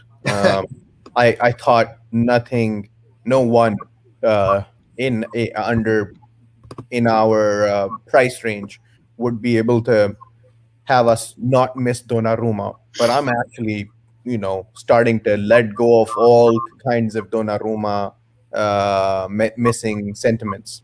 Yeah, honestly, I have, even though because Donnarumma is Italian, for me the Italian national team is a religion to me. But Mike Magnin is not making me miss Donnarumma at all. Guys, we have Red John here. Red John, a regular of our opinionists. What's up, Red John? How you doing? How you guys doing? Ari, I don't know if you know Red John yet, but Red John is the most pessimistic AC Milan fan in the universe. Oh, really? Yes. Right. We have already been over this. Okay. What did we just witness, man? Red John, you tell me. The floor is yours. You tell us. The floor is yours. The first 40 minutes, I was furious with our players, man. Other than Tomori, which, in my opinion, splendid game, man. Splendid game, and a guy with character. You can see the other ones shitting their pants, man. Every single one, especially our midfield. I think Kessie didn't have the best of games. The best of game, right? In the first half, and Benacer either. But then somehow, some way, this is DNA, man. Like, I cannot explain it. Somehow, some way, in the last 3 minutes, we just exploded. But other than that, I think the team didn't play great in the first 40 minutes. I think their intensity just took us by surprise, because for every ball we were second, for every pass we would, pass out of fear, out of pressure, I guess. So we weren't really looking that good, but I think these 2 goals are going to give us the confidence to start playing the way we know how to play. Yeah. Fair points. And also, go ahead. Magnan, man, 2 penalties so far, both of them saved. I just love the guy, man. Donnarumma, who? I don't even remember the guy. Donnarumma, who? Is Donnarumma playing today? Donnarumma is the second goalkeeper. We don't talk about second goalkeepers in this channel. Only the first goalkeepers. Is he playing today? No. He is in the bench where he deserves to be. Okay. Guys, just before the second half starts, let's go over the stats. As you can see, 55 for Liverpool, 45 for Milan. Duels won, 48%, 52% for Milan. Interceptions, 10 interceptions for Liverpool, only 4 for Milan. Offsides, Milan 2. Corner kicks, 10 for Liverpool, 0 for Milan. Which is a theme. It tells you what's going on. 14 shots for Liverpool, 4 for Milan, 5 on target. 3 on target for AC Milan and 2 converted. They're about to get on the pitch. 6 blocked shots, 0 blocked by Milan. and 244 passes to 222, 85%, 79% success rate. That's a very bad success rate. So hopefully Milan, as we were saying earlier, let's see if they have adapted. All right, Red John, Guys, thank you. yeah, exactly. The game's about to start. Thank See you for guys. joining us. I'll see you later. Let's get into the game.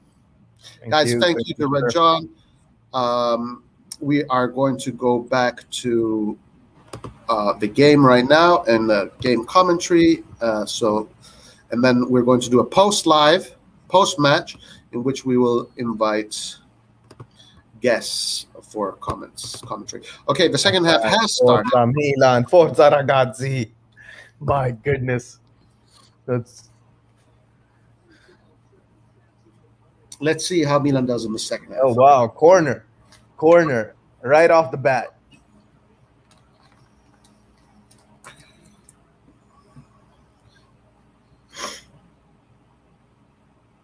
Early corner for Milan. Velke Vasic says, "Oh my God, offside? For what? What happened? Oh, that. Oh, what? Oh. Well, let's see, guys. It goes to the VAR. It has to go to the VAR. It has to go to the VAR. Let's see if it was offside. Oh my God. Yo. Yeah, it's offside. Oh, it's offside. Yeah. God damn. That would have been crazy if we would have scored. Here was super onside. So that was, oh my God. Oh my God. Imagine the scenes, That Roy. would have been insane. That would have been crazy. Okay, so now let's see how this half develops. Calabria on the ball, coming forward. Calabria going back to Kjaer. Kjaer with a nice diagonal pass, finding Leao beautifully. Theo with a nice run forward. Theo coming forward. Can reach there with a cross. Ooh. Wow. Salah on the ball. Salah looked finding a nice channel there between the two defenders. Liverpool, dangerous play by Liverpool here. Dangerous play by Liverpool. Calabria with the diving header out of the box.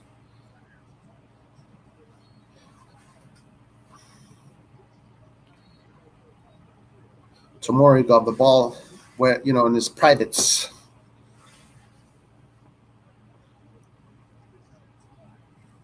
Man, I'm looking at that Rebic goal again. Such a beautiful goal. That pass from Leao also. And Salah makers. That beautiful nutmeg. Come on, Tomori sacrificing his future children for the team, guys. Liverpool now possessing from the back.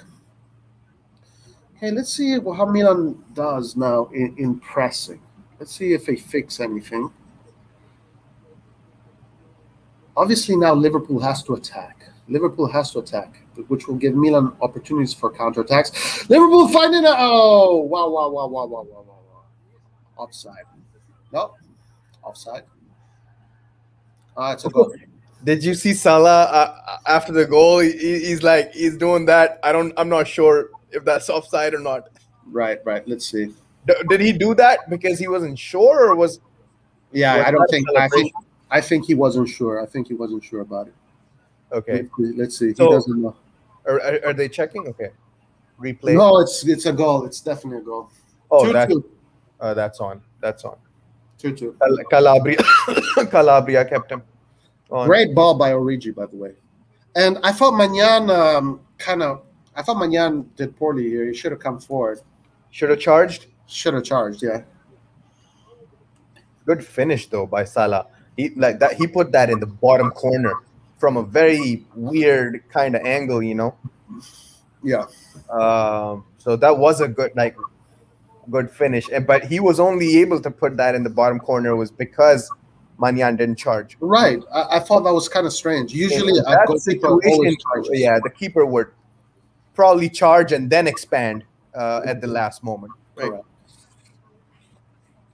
Well, it's 2-2. 2-2. Crazy game at Anfield. Milan and Liverpool giving the audience, the neutral audience, a spectacle while making their fans suffer. We are enjoying this game. I think all neutral audiences, except for Interistis and Juventini, probably are rooting for Milan, because the whole world looks at Milan as this once great club who just came back. So I would like to think that most neutral audiences today across Europe are supporting Milan. Yeah, yeah. Speaking of Inter, what is the score there? Let's see. What is the score with Inter and Real Madrid? Let me check.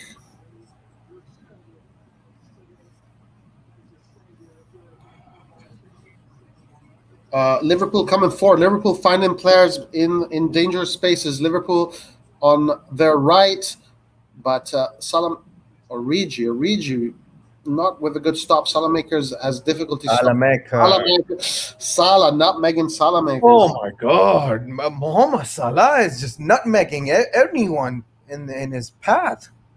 What the hell's going on here? It's still 0-0 at the San Siro between Inter and Real Madrid. Anyway, okay, our cousins are doing well too, I guess. Yeah, you could say, yeah. I mean, you would give advantage to Real Madrid over Inter, I would say, right? I mean, you think they're favorites for that game. All right, so now Milan building from the back. The theme still kind of seems to be not too different from the first half, to be honest. Very high. Oh, a lot of space here for Liverpool to damage, but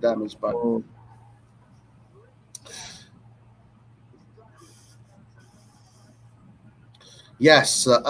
Hey, by the way, Ari, Red Devil G also has COVID.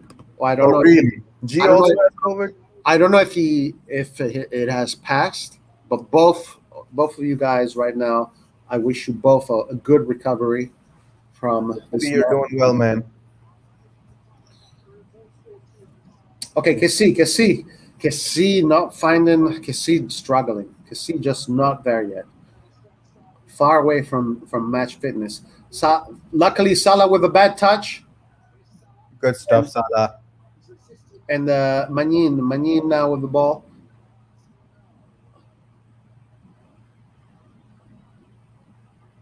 Brahim Diaz. Nice play by Brahim Diaz. Good play. Good vertical pass to Rebic. A little bit too strong, but not bad. Positive. Oh, wow. You almost kicked Allison. Milan are trying to do the same kind of press with a wall there, but it looks like Liverpool can find the player between the lines much easier than Milan can, and that is a little bit negative for us, but we need to hold on. Obviously, this was going to be a difficult match no matter what, but again, guys, we just need a few moments of brilliance. We need to hold on, a few moments of brilliance, and we can get it.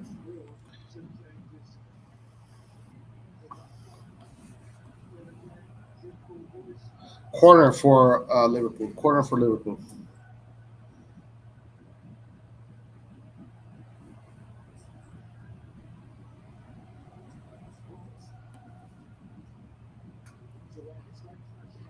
Okay. Liverpool holding the ball in the back. Milan trying to organize themselves.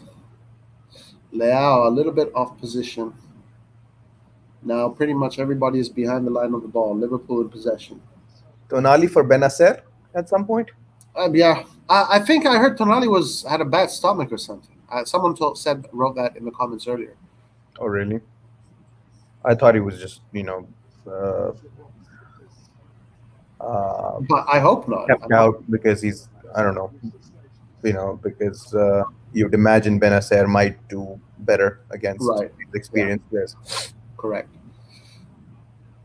Okay, now Liverpool starting to kind of dictate the rhythm by holding the ball in the back, slow down, and accelerate when they want. Milan, difficulty in containment, but so far not terrible.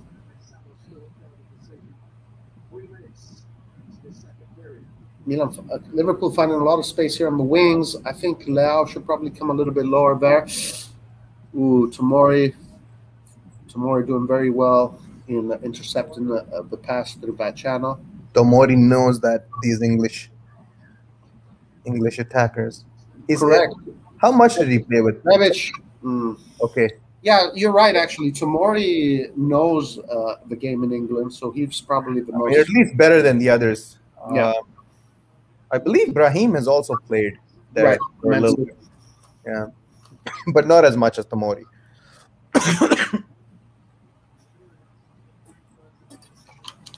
Milan forcing Liverpool to a mistake. Throw in for AC Milan in a decent position. Roy, because of COVID, I can't taste much. But one thing I can taste is the round of 16. After this display, I can start to taste the round of 16. One of these guys, I feel like we can edge one of Atletico or Liverpool. Yeah, and hopefully get a favor from Porto, where Porto could do some damage to one of these teams as well. Yeah, no, I think it's totally in the realms of our possibilities. Yeah. Speaking of which, what is Porto and Atletico Madrid doing right now? Let's check. Hopefully Porto's winning or drawing, right? That would be better for us. 0-0 in Madrid right now between Atletico Madrid and Porto. 0-0. Okay. Good. I'll take that. So now Liverpool here in a dangerous position here, squashing Milan in their half.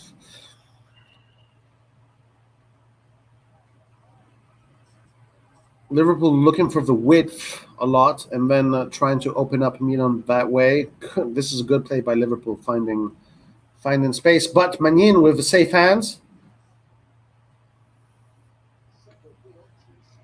Tomori to Theo. Theo back to Manin. This is dangerous from AC Milan. Manin forced for the long ball goes into the stands. Florenzi and Giroud looks like they're coming in.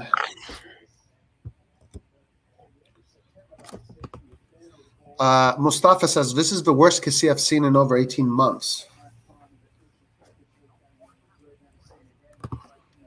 All right. Liverpool now with the ball. It seems like Liverpool is not suffering AC Milan's pressure. If we can get to them and we can steal the ball from them, then things might be able to change. Okay, Leao. Yes, we win the ball. Finally, we get to win a ball, but no, it goes straight back into Liverpool's feet. Man, they're definitely trying harder on the press too, or they're more efficient. I don't know if they're trying harder, or they're more efficient. Who, Milan or Liverpool? Their press versus our press. Oh, yeah. It's definitely more efficient. Yeah. Oh, nice pass, nice play. Okay. Pass okay. Now we have some.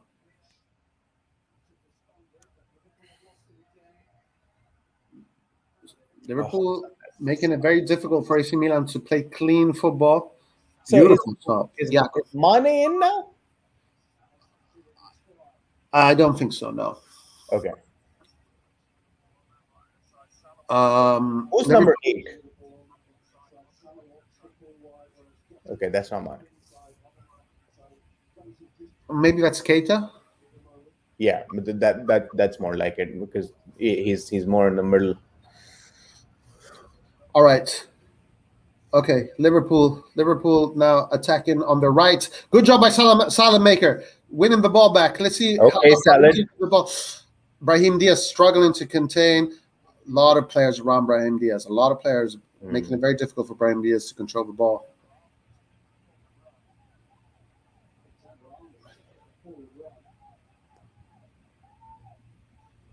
Liverpool now with a lot of possession in front of squashing Milan.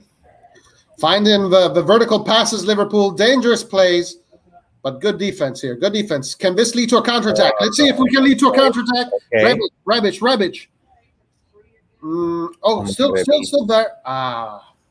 Not good enough. Not good enough.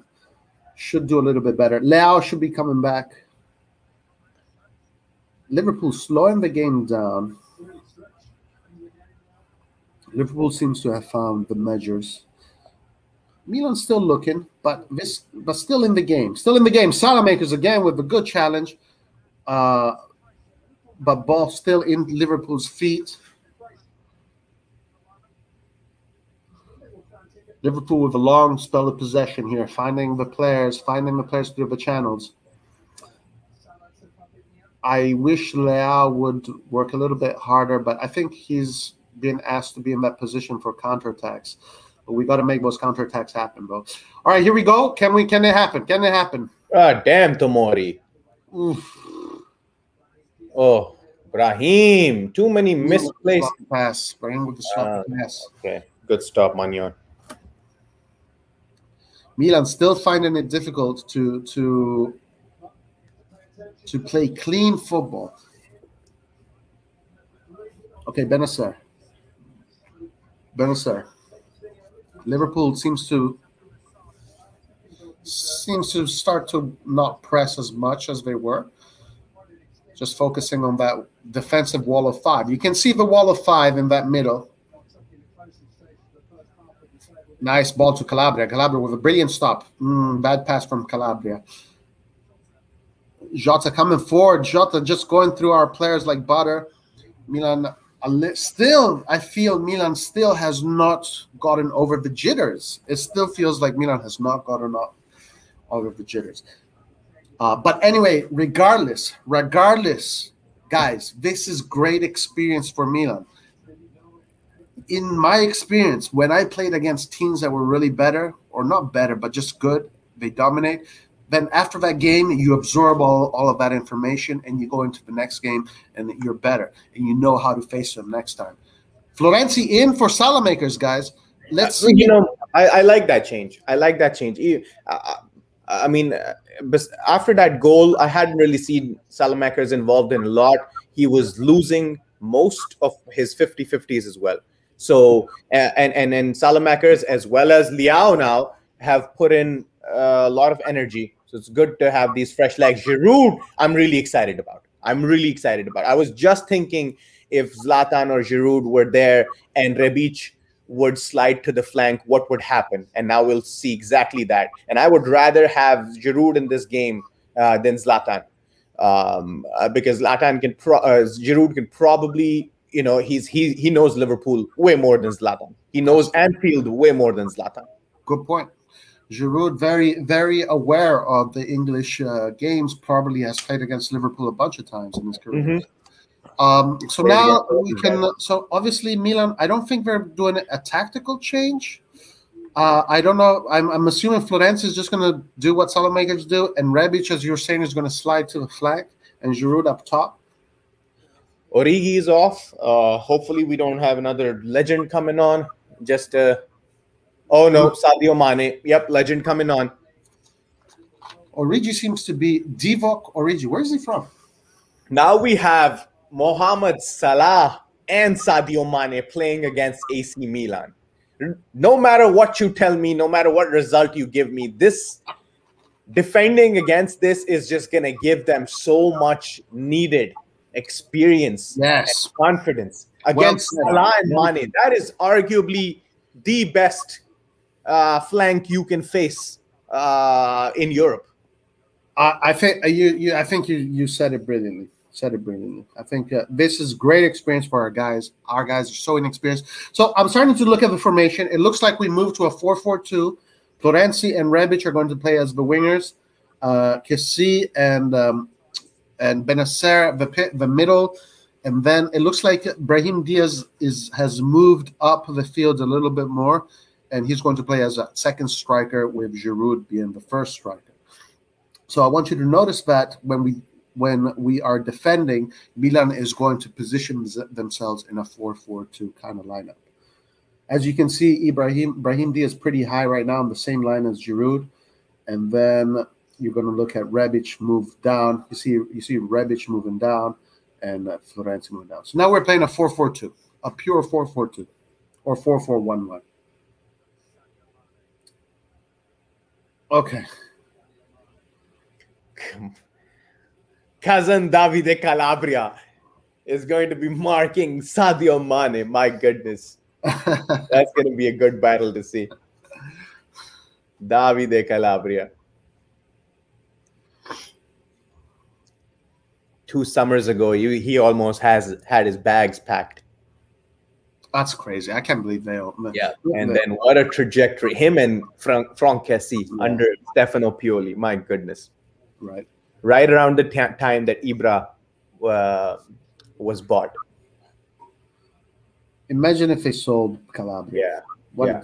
Even Kessie was, under Stefano Pioli started to, became the Kessie we know today.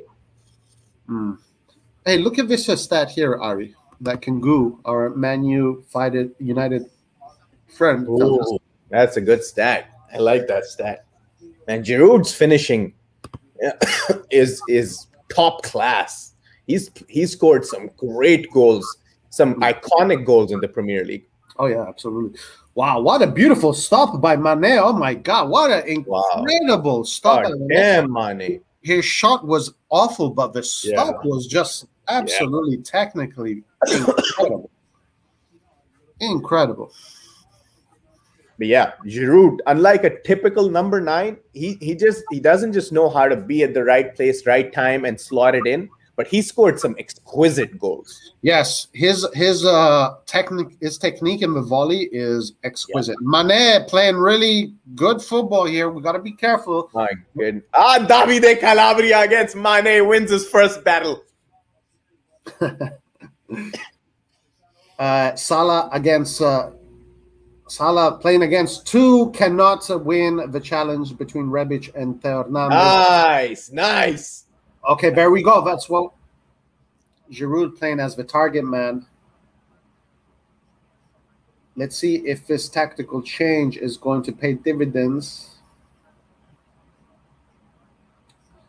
Okay, we have Salah and Alexander-Arnold trying to dialogue with the ball. Henderson with the cross. Nobody is there. Florenzi with a very expertly headed ball away into the throw-in.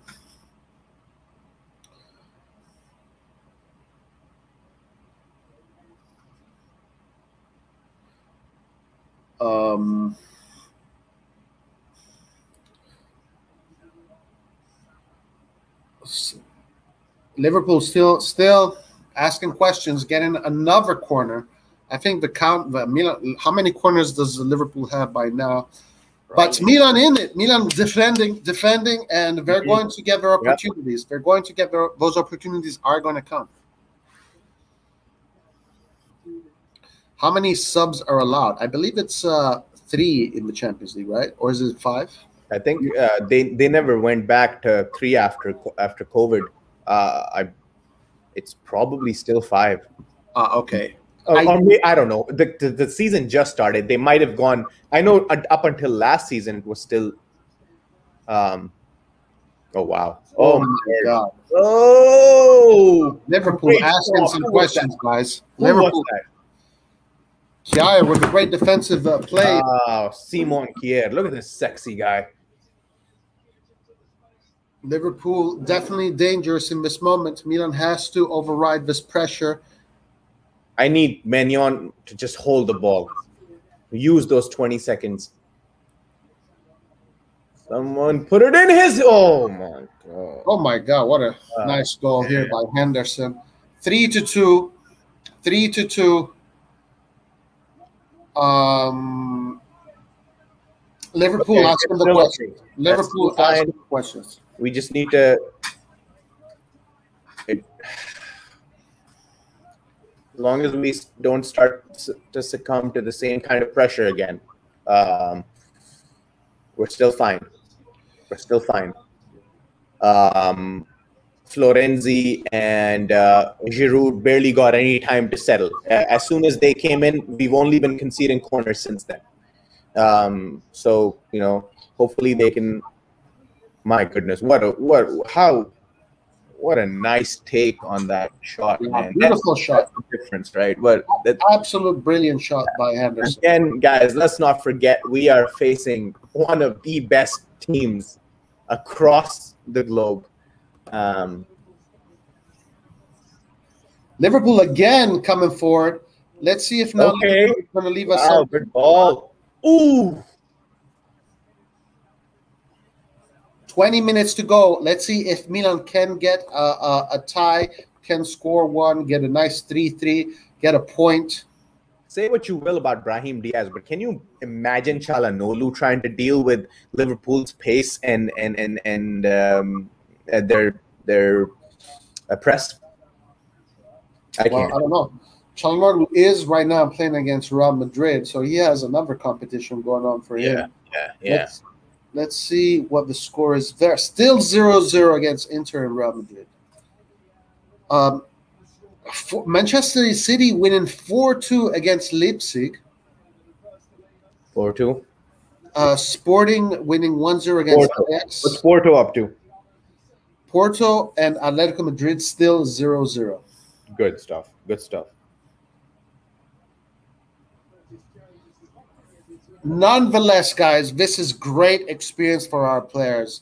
And let me tell you, this game, the next time we face this team, Nella Casa del Diavolo, it's not going to look like this, guys. With the Curva Sud behind Magnon and behind Allison, how's that going to go? It's not going to look like this. Okay. Tonali right away, clapping, looks confident, looks ready up. He looks like he's ready and up for the battle. Liverpool getting out of a tricky situation, attacking on their left, our right. Liverpool attacking, going through our players, maybe a little bit too easy. Liverpool putting themselves in attacking positions with ease, finding channels, finding the players. Liverpool very organized. Oof. Oh my God. Dangerous play here by Liverpool, but Milan is able to contain. Let's see if Tonali can bring a little bit of intensity into the game. Milan really struggling to win the ball back. That is what Pioli needs to work on. Jurgen Klopp gave a hell of a halftime talk. And then also brought in Mane. And I mean, this is pretty much the Liverpool squad now. Besides Van Dijk, this is all of them. That ball possession is crazy. 73% Liverpool, 27% oh my God. AC Milan. Liverpool finding a lot of space in between the lines here. Good this stuff, is not what we want to see. Not what we want to see here. But guys, I know for a fact that this is a learning experience, like you were saying, for our players. So many of our players, this is literally their first time playing in this competition. And we're facing a team that has played the final of this competition twice in the last, 4 or 5 years, winning one time. So can we name the players in AC Milan who've played the Champions League? Mike Maignan has probably played it. Giroud has played it. Florenzi. And Kjaer. Yeah, okay. So 2 of those guys were starters. 2 starters had any experience, and then we brought in 2 more with the subs. Oh, look at Tonali. Tonali playing good football, but loses the ball in a dangerous area. Well, not a dangerous area, but on the wing here.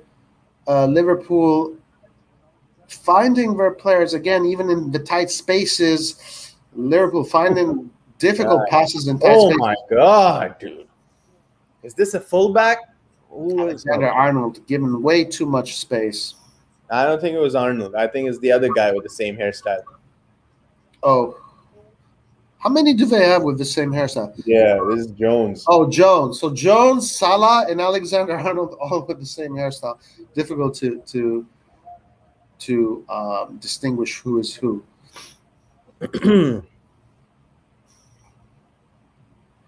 Come on. We need a let's go for a draw. We can easily go for a draw. Yes, I think we can do We it. just need a counter.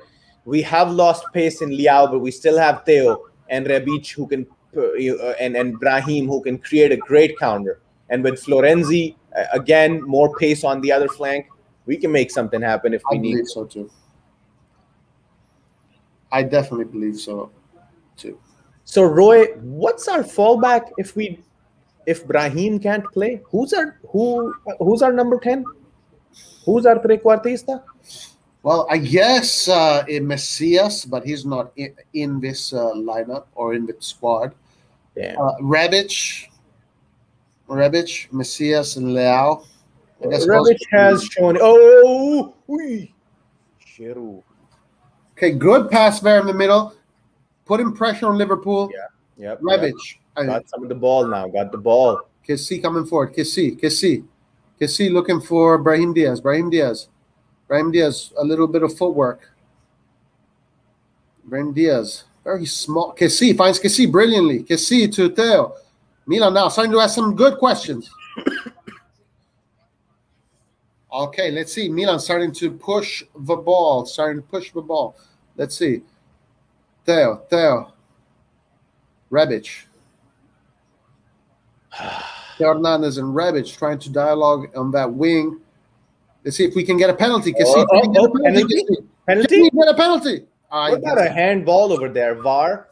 Give me some VAR over here. I don't know about, but Kessie didn't appeal for handball, so I guess it didn't.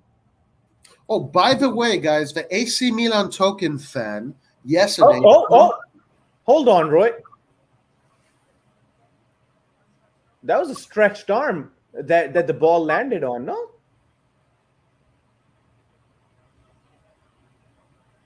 Well, I don't know. I didn't see it, but unfortunately, it seems like it's too late anyway because they. Yeah.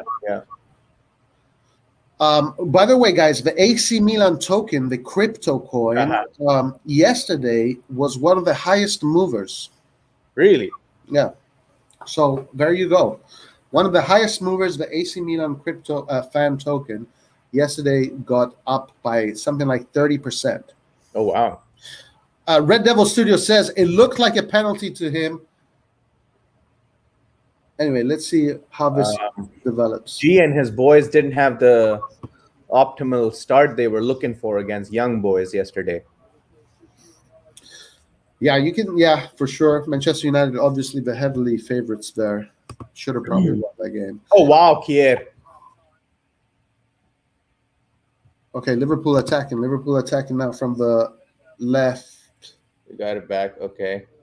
Contain. Florenzi to Brahim. Nice. Working hard, Brahim, working really hard. Okay, get that throw in. Nice.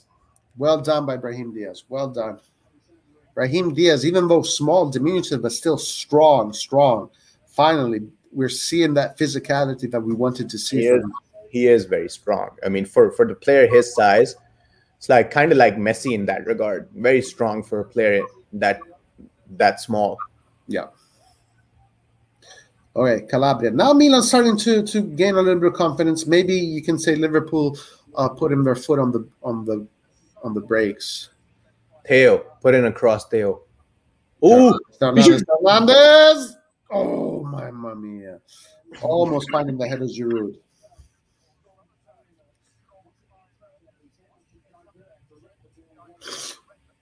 Ollie, I wouldn't be. Look, honestly, guys, I know you guys accuse me of being a Juventus fan and all that crap, but Juve looked really good yesterday. So they looked really good yesterday. Fuck you. Tonali, what a tackle. Okay, so Veljko Vlasic obviously lives in the future because he's like minutes ahead. And so apparently we're about to see a super Tonali tackle right now. Apparently. Let's see. Oh, here it is. Right here. Wow. He's got crazy speed. Rohit was saying that Tonali, his acceleration is one of the fastest players of the Serie A. Really? He's got one of the fastest accelerations of the Serie A. Oh, what happened to here? What happened to Calab? We don't want any injuries over here, guys. Okay, should be fine. Looks like a Just a hit. looks like a knock. Hopefully he's fine after a sprain. Eastbourne says Man City Leipzig game is a goal fest 5-3. Wow. Well, this is kind of a goal fest too. You got 5 goals over here. If someone told us before the game there'd be 5 goals, most people would be betting that Milan would lose 5-0 or 4-1. Right. I do want to say that Man City conceding 3 goals is not a very positive thing for them. I mean, okay, it's fine you score 5 goals, but conceding 3 for a team that ambitious, I wouldn't be so happy about that. Against a team that is literally a quarter of their value.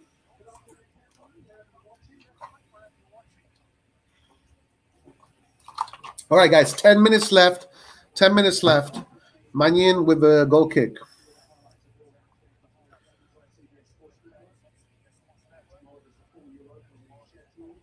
Tonali's got some strength, man.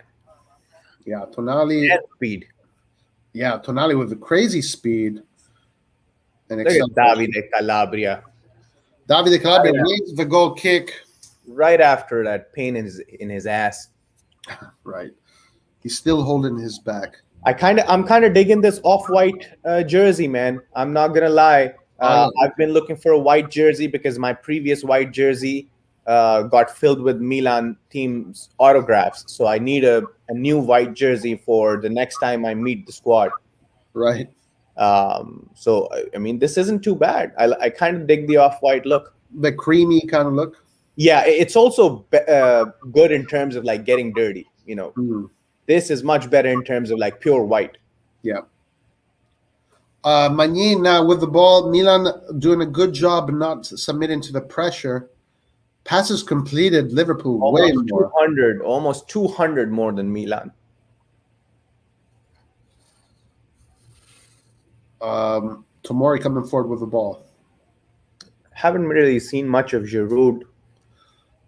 Yeah, Giroud caged in by the Liverpool defenders. Yeah, and he hasn't really received too many long balls. When Ibra's there, I feel like we ping the long ball a lot more than when Giroud's there. Right, maybe because Ibra's more commanding, he demands it more than Giroud. And because Ibra has a really guys, Paolo Maldini. Oh my word! Paolo Maldini's son coming in for some Champions League experience against Liverpool.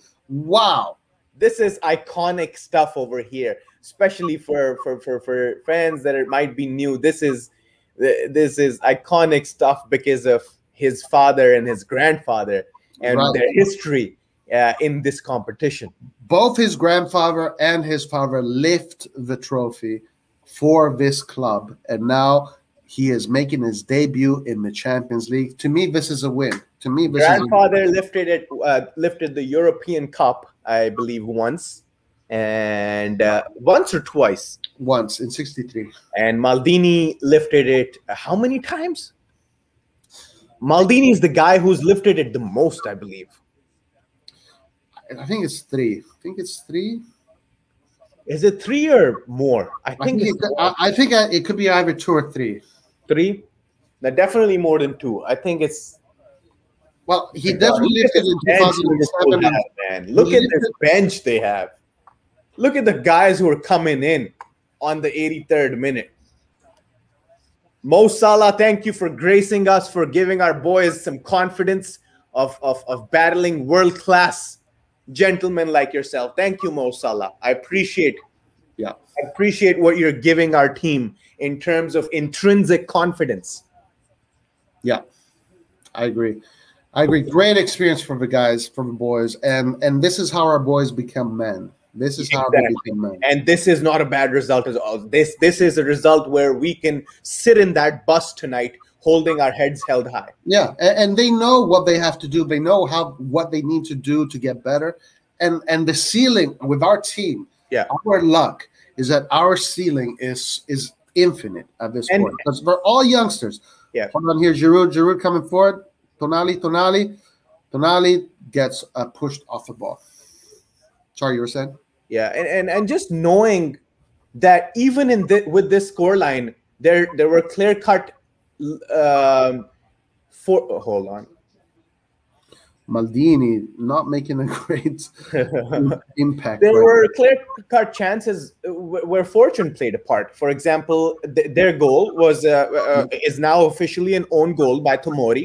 UEFA, even though UEFA is a little lenient in terms of those deflections, they have considered this an own goal. Plus that Kier goal that could have easily, had Theo stepped a second later, been a goal. So this is. I don't mind this at all, as it stands. Yeah, no, absolutely. We still have 7 minutes. 7 minutes to go, guys, and Maldini is going to score in his debut. You want to see Maldini? Let's see. Let's see how Maldini does. So far, he looked a little bit weak there against. Oh wow! Maldini off his line, but no problem. No problem. About, let's say, 8 minutes left. I'm assuming 3 to 4 minutes stoppage time. Yeah, we had Porto scored. Porto scores. Porto scores. Really? Porto winning 1-0. That's the best thing that could have happened today. That's the best thing that could have happened in a non-Milan match today. Yes, Porto winning in Spain. Good result for AC Milan, since Atletico Madrid is one of the probably the most. Yeah, Diego. Do you have an attack here? Calabria. Corner Milan.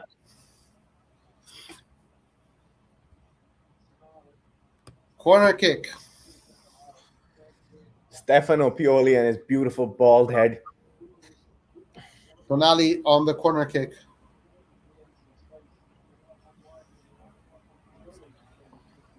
I don't look at the comments.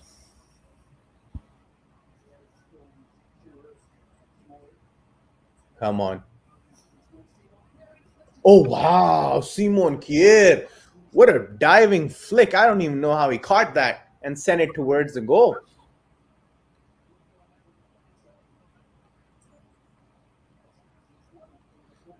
I'm not sure what these guys are talking about here on the chat, but it seems like our Paramount broadcast is not. VAR rule out? What? What did VAR just rule out? I'm not really sure what they're referring. Oh my God! Please don't be. Oh, well, Liverpool has the ball right now, so I don't know what these guys are up to. Okay, so now Liverpool in possession, and apparently something's happened. Okay, no, Milan in possession. Maldini, by the way, winning that ball back in the midfield. Brahim Diaz, who was to take this back to Liverpool breakaway. I have to give it to Brahim Diaz because he's really been confident, even though he's not been able to do what he wants to do, but he's been trying like hell. A fighter, true fighter. Kessie wins the ball back. Calabria back to Kessie. Calabria passed too strong. Look at those Liverpool fans. Scousers. Bloody Scousers. The Portugal. The Portugal was ruled out. It's not a goal. Oh no. That's what. That sucks. That sucks. But it's okay. If it's a 0-0, I'll still take that. If Liverpool and Atletico both don't end up at 3 points after this match day, I'll take that. Well, we'll be fourth. We're going into match day as the last in the group, but that's fine. That's fine. There's a lot of games. That's fine. I feel like if we can get this result, we can definitely get a result against Diego Simeone's boys. And Liverpool at the San Siro, different story, guys. We have another ball here. Oh wow, good foot in Florenzi. Ooh, Florenzi tries to chase it. Almost humps the steward a little bit. Ollie says 6-3 for Man City. Damn. No defense. So now we're going into stoppage time. Ball for Milan. Throw in for Milan. Except besides the midfield, Milan has been very dominant with physical battles. Besides, They've grown into that. Midfield. Yeah, they definitely grew into that. Yeah. Nice play by Maldini finding Rodic. Sorry, finding Theo Hernandez. And Theo Hernandez is going for it. Theo Hernandez trying to look for that run, but gets stopped. I mean, they don't have a scarcity of fast players. Every other player in Liverpool is as fast as Theo. Right. I gotta give Maldini so far two good plays: winning the ball in the midfield and a nice opening for Theo Hernandez. Okay, Kessie. Kessie. Ooh. Giroud tried to look for the sneaky through ball, but did not go through. How much added time? 5 minutes, guys. 5 minutes of added time. Maldini playing a pretty high up the field. Oh, nice play here. Nice, Tomori. Nice track and good stuff by Kier as well. Yeah, both Kier. He was slipping and trying to balance himself. Correct. Both Kier and Tomori. Good stuff. I'm happy with the center backs today. Maldini making a mess out of the ball. Maldini showing some teenage jitters there. Maybe Brahim Diaz can. He's giving us some dance moves. Is Brahim our best dribbler? Yes, I think so. Yeah, for sure. Over Liao. Yeah, I'd still. I would still give it to Brahim. Yeah. Liao's dribbles, I feel like, consist more of try to dribble it and then depend on one long touch. Where you accelerate past. Correct. Brahim has more of a close control dribble. Correct. Yeah. Okay, now Liverpool here finding spaces between through the lines. Sadio Mane shut down. Tomori with an excellent performance against these top-notch strikers. So got to give it to Tomori today. Another great performance by Tomori. Nice play here between Liverpool looking for the Calabria intercepting the heels here. Kessie finding Maldini. Maldini gets himself a foul. Okay, Brahim. Wow. Brahim. Foul. Good idea by Brahim. Should be a yellow card. And he gets a yellow card. 3 minutes. 3 minutes, guys. Man, Henderson played so badly against Italy in that final, and now, you see these players. Anyway. Okay, we have Tonali and Brahim Diaz fighting for who's going to take this cross. Roy, what's going to happen in this ball that gets driven in to... I don't know. I'm not seeing Vilkio Vlasic say anything. Tomori gets it on his head. Tomori gets it on his head. If it was a goal, Vilko Vlasic would have told us by now. Let's see. Okay, one more ball coming from Magnon, who's one of our best long ball players. Nope. Gives it to Calabria. It is true that Magnon is one of our best long ball players. Okay, we have a decent... Oh, no. We're calling for something. Ooh, 3v2. Milan 3v2. Calabria, what are you going to do? Oh, wow, Davide. Bravo, Calabria. Bravo. Orgoglio Italiano. Wow. Why is he not the starting right back for Italy? I don't know why. He will be. I think he will be. After this experience in the Champions League, I think he will be. I feel like he should have been in the Euros. Yeah. Well, no, he got injured. That was why. Remember? Oh, that's true. He had that surgery. Yeah. Him and Ibra were operated on in the... And Ibra, again, with his injuries, just never stops. I mean, the guy's 40 years old. He's turning 4. I don't know how many records he's going to break, by the way, when he scores in the Champions League and the league this year at 40 years. That has to be breaking records, because as far as I know, only goalkeepers have really gotten close to the 40-year mark and still performed at Europe's elite level. Yeah. Goalkeepers and maybe back in the day, Italian center backs. Oh yeah, Maldini. Right, yeah. But yeah. Maldini scored a goal in a final at 39 years old, but unfortunately it was a bad final for Milan. Yeah. Tomori tried to, no problem. Kier takes care of the okay, play it in, Kessie. Giroud. Ui. Maldini. Are you gonna get us a throw in? It's over. Oh no, it's not over. Brahim. Oof. Well, I'm happy with today's performance. Me too.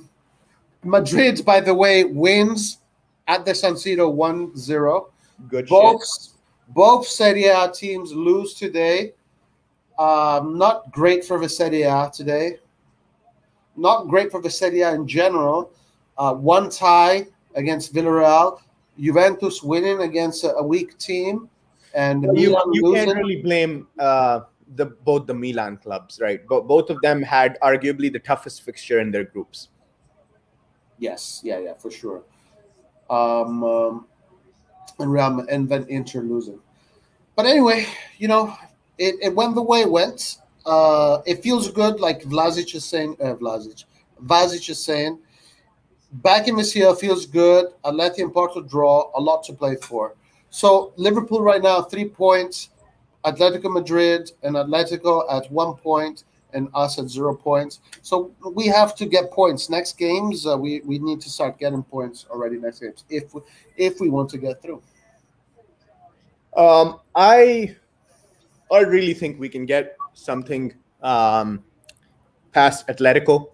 I don't know about Liverpool at the San Siro. They still might get the better of us, but I think we can get something against Atletico. And if we are able to beat Porto 2 times. Hold on, Ari. Atletico is still 5 minutes to go. Oh, yeah. Did you also just switch to that game? It switched automatically. Yeah, me too. All right. 5 minutes to go. So maybe Porto can salvage something for us here. I'd much rather be in the bottom half with Atletico than Porto. But yeah, so I don't know. I think that maybe we can get something out of them at Liverpool at the San Siro. I think we can get something. Really? I think so. Because tough for me, man. It's because Liverpool pretty much dominated the whole game. Yes, they did. But I want to see how Milan reacts. I want to see if they learn, if they get stronger, if they learn. Because when you play against these teams, either you crumble or you figure out, okay, this is what I have to do to get better in order to play against these teams. And if I'm hoping Liverpool win both their games against Porto and Atletico before they face us again. Because at that time, they'll be top of the group with a comfortable margin. So hopefully they don't have to play the whole, Hall of Famer squad that they just played against Milan this time. Yeah, that's true. And those victories against Atletico and Porto will also benefit us. So I'm hoping Liverpool keeps a clean slate until they face us at the San Siro. Yeah. Yes, sir. Yeah. Let's do let's do a player rating here. Yeah. Player rating is Let's start with Maignan. Mike Maignan, first goal, own goal. Third goal, you can really blame him. Second goal, I can't blame him for. Henderson had a great swift shot on that bottom corner. He even jumped, dove, couldn't really, I can't blame him for the first and the second goal. Third goal was definitely his fault because I would believe a keeper should charge at that goal. So a 7. I'll give him a 7 because he still saved us a lot. He Plus, saved yeah. penalty, double save by the way, from Salah, and then that follow-up rebound. So I'll give him a 7. I think 7 is fair. I would probably give it a 6.5. Okay, 3 goals conceded. 3 goals conceded, but also, but that penalty brings it up. The reason why I'd give him a 6.5 is because that second goal to me was very suspicious. It's like, yeah, goalkeeper's supposed to charge the ball there. I think you know it. We all know that. That's what a goalkeeper's supposed to do. Yeah. Salah had so much space to just dink the ball at either of the sides, right? You can't give both those sides open like that. You got to charge in that situation where no one's catching up to Salah. He's got a great 1-2 and he's completely open. So you charge at that time. All right, so let's split it in half and let's give him a 6.75. 6.75 it is. All right, Calabria. Davide Calabria had to face one of the greatest challenges that he has faced till date in the second half versus Sadio Mane, and also regularly throughout the game, because it's not like the flanks are any less pacier without Mane. So I'm and as far as I saw, Davide Calabria, the major error that he made in the game was keeping Mohamed Salah a little onside on that second goal. So I'll give Calabria, I give him a good rating. 6.5 for me. I agree with that rating. 6.5 to Calabria. He definitely grew into the game, especially towards the end, making those great challenges. Yeah, and we have to rate these defenders, slightly above what would normally be given to a defense who concede 3 goals. Because again, we're facing Liverpool and they have no experience of this kind of stature of an attack at all. These guys do not have an experience of this. Plus, in a Champions League night, with flanks that are as fast as Sadio Mane and Mo Salah. So we have to give our defense credit even after conceding these 3 goals, right? Yeah. That's why a 6.5. On another night, after conceding 3 goals, we wouldn't be so generous on a defense. Yeah, and the occasion is so special too, Yeah. And we are aware that these players, it's their first time. Calabria, first time ever playing in the Champions League. All right, Chiaro. Simon Kjaer and Tomori. I will give Simon Kjaer he did come in very clutch in multiple tackles. Tomori even more than him. So I'll say 6.5 for Kjaer, 7 for Tomori. I agree 100%. Tomori has to be a little above because by far the most confident player on the pitch in the red and black or the off-white jersey. And I think, we touched on this. It's probably because Tomori has the experience of playing in England. So for him, even Liverpool, this field, it's not new to him. He knows what it feels. Yeah, and I don't know how much this matters, but for defenses, when you understand the language that the other attack and midfield is speaking, I'm not sure if this actually makes a big difference, but could. Maybe that's also that could. I'm thinking if I'm playing with it against an attack that speaks my language versus an attack that doesn't, that I have no idea what they're talking about, I would be better able to read the game, which a center back needs to against a pacey attack. I'd be better able to read the game than versus people who are speaking a completely foreign alien language. Yeah. All right, so Chiara, I agree, 6.5. Tomori, 7. Showed a little bit more. Theo Hernandez.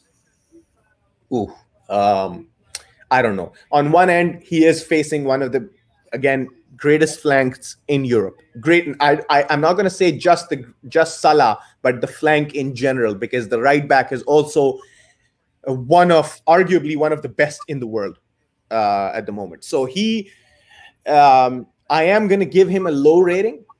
He kind of is drifting around 5.5, but then he is facing one of the best right flanks in Europe. So a 5.5, but I'm not being too harsh on Theo right now. I agree with you 100%. I think his performance today deserved a 5.5. He had a difficult time on that flank, facing some top. Like, how are you gonna? Theo has those blistering runs when he breaks open from that left side. But what are you gonna do? You gotta first beat Salah, then you gotta run past Alexander Arnold, and not to forget the midfield in the middle has no doesn't lack pace at all. So it was definitely going to be a challenge, unlike no other for Theo. And a 5.5, but I'm not disappointed with him. I'm not disappointed. Yeah, I agree with what you said there, everything. Okay, Kessie and Benacer. You tell me. Well, in the first half, I gave them both a 5.5, and I think I'm going to stick with that. I don't think they really improved in the second half. Maybe they even went a little bit lower. Unfortunately, the problem with Kessie and Benacer is both these players right now are not fit. They have not reached match fitness. They have not played enough matches to even be anywhere close to being match fit. Kessie coming from an injury. Benacer also coming from a very strange period in which Tonali kind of took his spot. And but they had a very difficult task. Maybe you can even say Pioli didn't organize the midfield well. But I think if these players are match fit and with a little bit more experience. And also, let's not forget that, again, like Calabria, like other of our players, Kessie and Benacer, this is their first time playing in the Champions League. Their very first time playing against one of the best teams. But I gave them both a 5.5. Kessie and Benacer for me in a game like this, if I'm the double pivot, again, taking all the factors into consideration, first time, Champions League, a great midfield of Liverpool, all of that, your task is to play around this press. What elements besides yourself? Yes, yourself isn't completely complete because of your lack of match fitness, but what elements besides yourself does a double pivot need in a night like this to play around that press? One, of course, they need to form those triangles with the defense. But another element missing for them was, if they were to play around the press, we also kind of need a hold-up player behind them, around that attacking midfield area. We need some sort of hold-up play. And no one in Milan was really able to do that today. So if you are trying to play around a press, but you have no one who's really holding up the play, no one who's containing the play, it becomes even harder for you. And then again, the biggest point would be, that they're not match fit. Tonali arguably played a little better, showed me a little more than Benacer showed. Maybe that was the tired legs of Liverpool, could have different factors, but I would also agree with a 5.5 for Benacer and Kessie. Yeah, maybe Tonali should have started this game. Maybe Pioli made a mistake there. It is a question to ask. Maybe. Okay, so both 5.5. We both agree with that. Since we are in the midfield already, let's go to Tonali. I'll go first. So Tonali came in really strong physically, but he didn't have much time to have an impact. It's really hard to give him a rating. I'm going to give him I have to give him a 5 because there's really nothing that he could have done. Maybe the only reason why I'm giving him a 5 is because he didn't have any time to do anything. But maybe the best thing. Okay, I'm just going to give him a no grade. No grade. I didn't see enough. I think I saw just a little more than a no grade. So I will go ahead and give him a 5.5 because he showed me, it wasn't like he came in after the 82nd minute, which is usually for me a no grade. So I'll give him a 5.5. Didn't really show any highlight to me, but also did not disappoint. and there was room for disappointment because, again, you're facing a team that can counterattack in the blink of an eye. Yeah. So I definitely saw Tonali. This 5.5 for me is coming from those trackbacks that I saw at least 3 or 4 of, where he helped out Calabria, where Sadio Mane or Henderson or one of these guys were trying to break away, and Tonali ran back, either bodied someone or hustled the ball out of a situation. Yeah, those are actually good points. Those were good to see, and he really is physically much better conditioned than Kessie and Benacer. Absolutely. All right, let's move on to Leao. You go. What would you rate Leao today? If he didn't have that contribution in the first goal, in the second goal, I'd give Leao a 5.5. But I'll, even giving him a 6 seems a little generous, because in the first 30 minutes where everything was jittery, where the boys were looking like scared little gentlemen, Leao was one of the guys who was disappointing the most in terms of whenever he would get the ball in the first 30 minutes, he would either lose it, try to run past someone and fail. So I'm going to keep because of the second goal, which really put us in a very confident position, I'll give him a 6.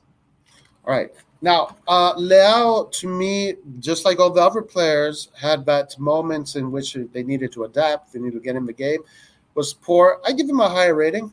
I'm going to give him a 7 because those 2 goals he did participate in were clutch. Unfortunately, the second half, we didn't see much from him. So I think we had split it in the middle, 6.5. Yep. 6.5 seems fair for one thing I will say though, 4 games in, 100% record in locally in the league. I'm starting to go back on lazy Leao, that lazy Leao sentiment. I'm not I'm not sure if I'm seeing lazy Leao anymore. Actually, I'm glad you mentioned that, because I was literally about to say that, hey, in that second half, just like 5 minutes, 10 minutes before he was getting substituted, I was seeing that that wing there, he wasn't tracking back, and I was starting to think a little bit of lazy Leao, but I think that's why they subbed him in.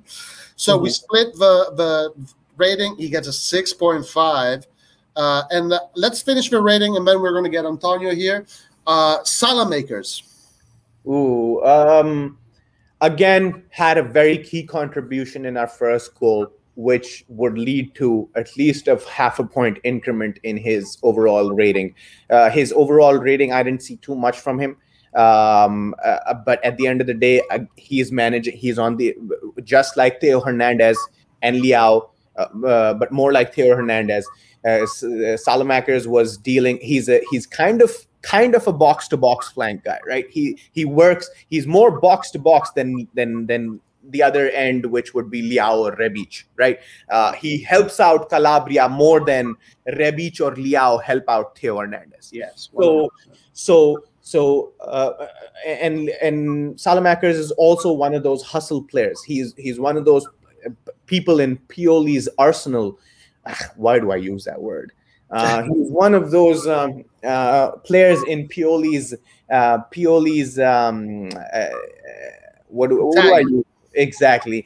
That'll chase the ball, that won't get tired, kind of like a Borini 2.0 with more skills. So I'm expecting that from Salamakers in this game.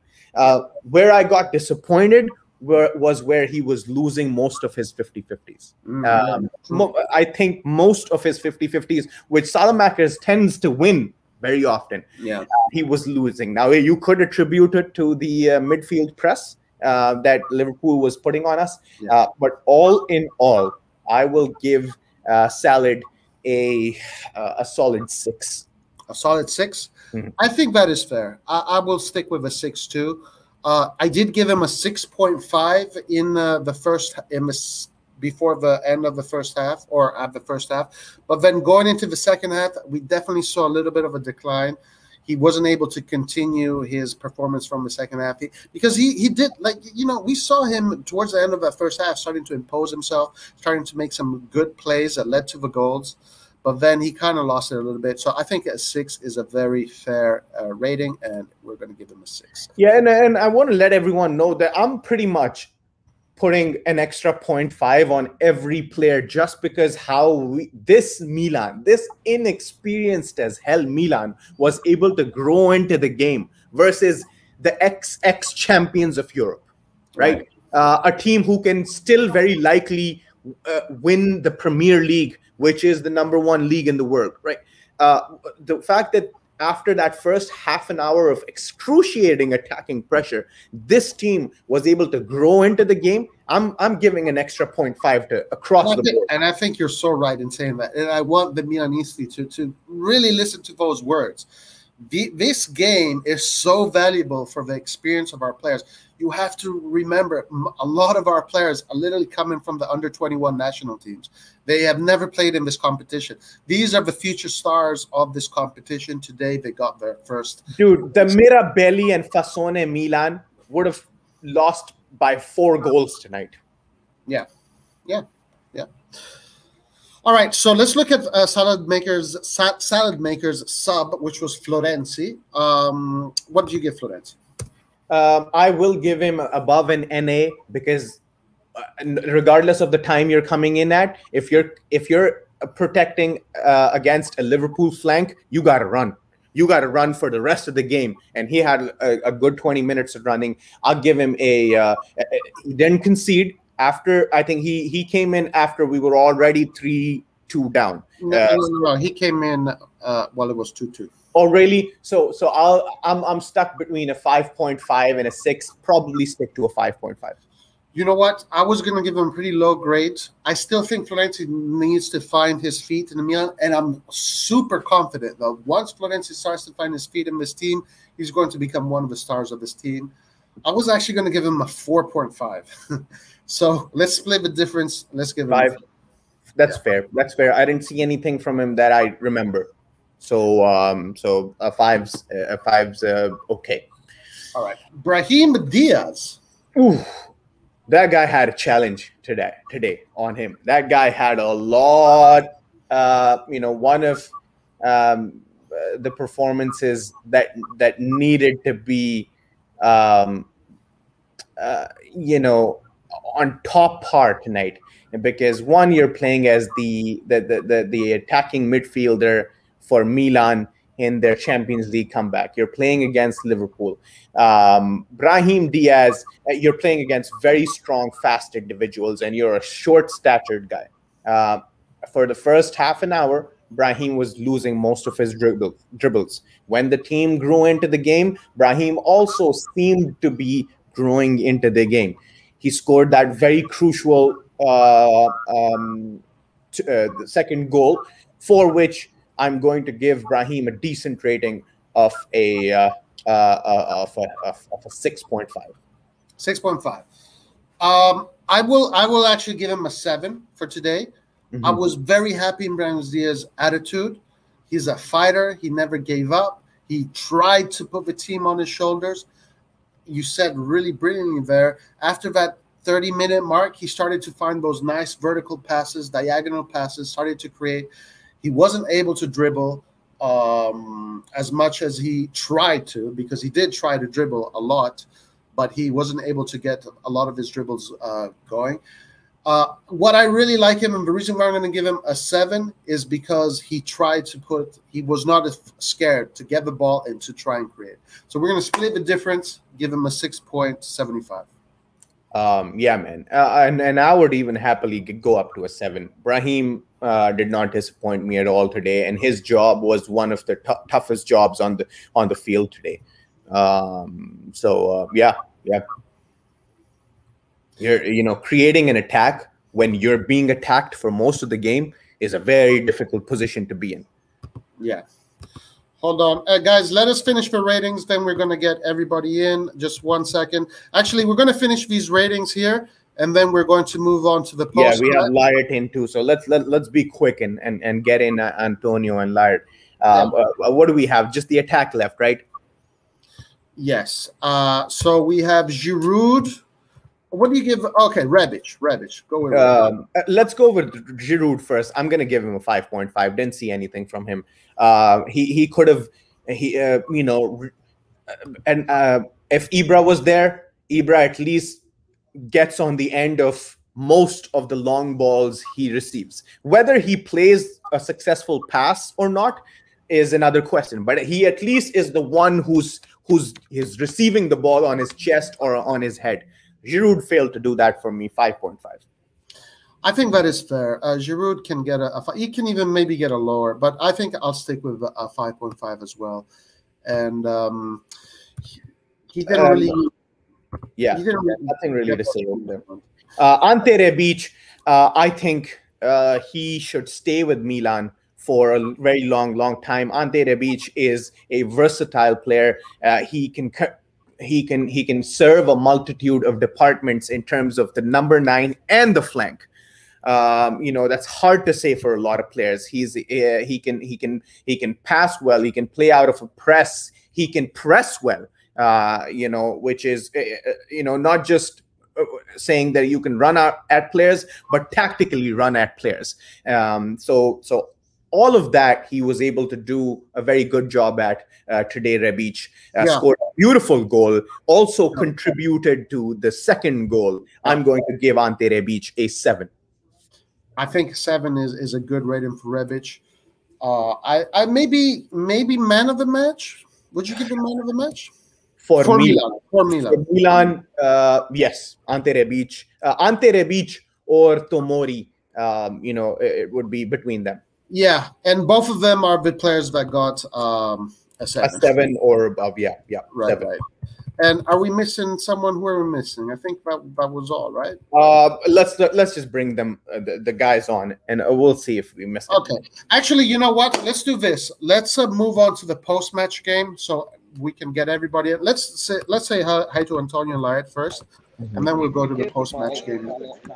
Hey, what's up, guys? How you doing? Can you hear me, guys? Yes. Yes, sir. How's the audio? Is good? Yes. Yes, very good. Show us the stadium. No, I'm outside, guys. I'm really far because in the stadium the internet is not good, so you can't connect. Man, the atmosphere was crazy. I mean, we lost because there was 50,000 English people supporting them. That's the only reason. And at least 8 or 9 players, they got scared. The first half an hour, we were scared. Apart from Tomori and Rebic and Mike Magnan, they were like proper beast mode, ready to face the opposition. But a player like Theo, Leao, they were scared. Selemaker as well at the beginning. But it was a great game, man. It was a great atmosphere. Yeah, we both Ari and I think that the 2 men of the match should be for Milan should be either Tomori or Rebic. So I guess we all saw the same thing. We're gonna have a great game in San Siro. We're gonna have an amazing game. I think so too. I think we're gonna give them. I'm not saying that we're gonna give them a lesson, but they're gonna suffer the atmosphere. A run for their money, at least. Hey, guys. Read this comment. Let me see if it's true. Because if it's true, I'm going to look at it. Really? No way. Hold on. Can be. I mean, I went completely crazy when Diaz scored the goal. Man. Let's see. No way, Lars, on the official. Guys, if this is true, I'm going to share it right now. We have to. Man. It's like I was crazy. Diaz came down waiting for us. That was amazing. Just did he say a guy Twitter? pushed me? I think he said Twitter. Yeah, he said Twitter. I'm on Twitter. I was on TV as well. I was on TV. Yeah, Lucas said he saw you. With the glasses, and the white shirt. The B-Win one shirt. What are you wearing? Man. A white shirt. A B-Win white shirt. I don't have access to Twitter because I hate Twitter. I'm checking. Meanwhile, let's get Antonio's feedback on this game. What's up, guys? How are you? What's up, Antonio? How's it going, guys? So I kind of want to just give my overall thoughts, and I have a little bit of criticisms, of course, but overall, like I feel really optimistic, like most of you guys. I'll say like I'll be more critical later, but overall my mindset is pretty good. I feel like we're still in good shape. Atletico and Porto drew today, so they only have 1 point. I mean, it's a long group stage, and I think we can be optimistic. It was first game back after 8 years. Most of these players had never played before in Anfield, like Liard said, against a really good team. So I feel like I definitely am fine, but now I kind of want to make a couple of criticisms. The two main issues for me were, first of all, let me just say Liverpool 100% deserved the win. Like they were far better over like both halves. But except for like the end of the first half when we scored. There were two issues for me. One, Liard said, which was a bit of confidence issues for some, especially the midfield. And the second thing was, like I think someone else said in the chat, I would have liked to see a three-man midfield, because Liverpool were playing a three-man midfield, and our biggest issue, which is the reason why we were getting pushed in to our own half, was because whenever we get the ball, we just bomb it up the field, and we wouldn't play through the midfield, because I don't think Kessie had the best game, and we were giving away passes. We were a bit scared in their midfield, and they pressed us very hard. So I think maybe a three-man midfield would have been beneficial this game. I don't know how it would have worked because they were much better, but I still think that was a kind of a problem. Liverpool, like I said, they were really good. I mean, they're a great team in the stadium that they played. It's really tough to go there, but like we took our chances. So I mean, like we did good once we were in the third, but we just didn't have enough of like possession in that area the whole game. I thought Liverpool's center backs were pretty bad. I mean, they weren't good, but they were never really pressed. But when we did score the 2 goals, they made some mistakes and we like got in behind really easily. The problem is we just didn't get up there enough through the midfield. We couldn't possess the ball and give passes forward so that we couldn't be dangerous. And of course, our defending was stretched at times. We shouldn't concede 3 goals. Although two of the goals that they scored were, I mean, either one was an amazing goal, one was a deflection over Magnan, and then one was a little slightly offside, but that's how they're very dangerous, so they're going to score those goals.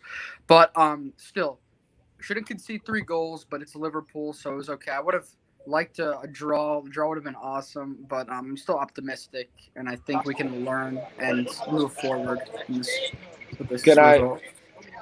Can I say something quick, guys? In my opinion, Pioli forgot to do the classic Italian job. When we were 2-1, Pioli should have gone on a 3 defenders, and basically Theo on the left and Calabria on the right, and 3 defenders. Put Romagnoli, get rid of Salamaker, and try to be dangerous on the counter attack. That's the thing. That's my opinion. You guys tell me what you think. Before you tell me what you think, I just want to share with everyone. This is AC Milan's Twitter post right here saying thank you to the Milanisti, the ragazzi. And if you open this picture and look right down the middle, right here, you see right here in the white, there he is, Mr. Rossoneri TV's own Liard, trying to say something to the stewards over here. Maybe he was probably fighting with them, knowing Liard.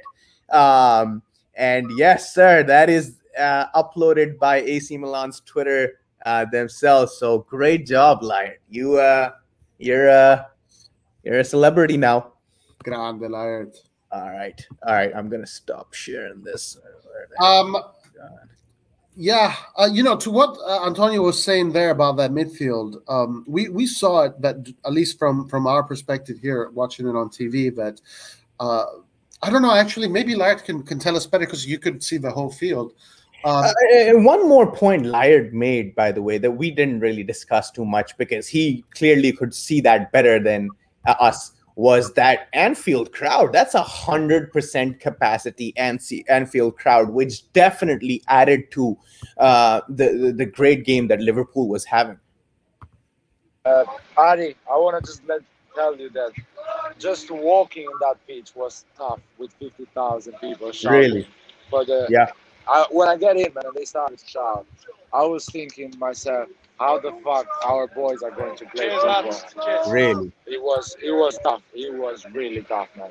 I mean, Barcelona, Real Madrid, bigger team, they don't win there, man. Manchester City.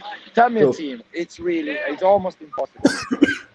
It's something big. We were doing something. If you only put it the defense, the three defenders, top five basically, it would be incredible. It would be incredible. I'll be back in a second. Yeah. So, going to one of the things Antonio was saying about the setup, and the thing that we saw, and I'm going to bring up the tactical board, and this is something that we had noticed, and I wonder what Laird has got to say about it, because it was that line of five in that midfield that we kept on seeing on the screen on TV. Let me see if I can make this a little bit bigger. Give me a second here. It becomes smaller. Oh, wait. Hold on. Do we find a solution? Do we get a solution? No. Anyway, I mean, you can see it. I know it's small, but you can see it. So we were struggling. Basically, we're playing two midfielders against this line of five here in the middle, and we're struggling to find the vertical passes from the midfield into the attacking midfielders. And I wonder, Laird, if you were at the pitch, like, what did you see? Like, because we could not really see behind this line of five. Sorry, guys. I have Ollie from Sempre Milan here. He wants to say his opinion about the game, so just give him 5 minutes or less. Here you go. Oh yeah, sure. Go ahead. Hi everyone. Just got out of the ground now. I'm back onto the bus. Probably the first emotion that I'm feeling at the moment is sadness that we didn't manage to somehow squeeze a result out of that. I don't think that the performance overall warranted us getting a draw out of the game. Obviously, we were massively outshot, and we were I think overawed in the midfield a little bit. I think based on the first 10 minutes, we sort of went into damage limitation a little bit just to settle the game down. Conceding when we did wasn't good. I thought that might be a bit of a bad sign for us, but we managed to just about shore up and hang in the game. And then when we got our two chances just before half time, we took them both, and obviously we went into the break with an elated feeling. And that was pretty quickly wiped out in the second half, and that is perhaps my one minor criticism of our approach, is that we weren't proactive, with the changes in style or even in personnel to try and hang on to that lead for as long as we possibly could, to try and get the Anfield crowd, which was a big factor in the game, try and get that turning against their own players and make them feel the pressure more and more. Instead, we allowed them to take the momentum back with that goal early in the second half. And then their winner ultimately was a stroke of quality. It was a great strike from Jordan Henderson. I don't think if you give him another 9 times to hit that, he won't put it in the back of the net.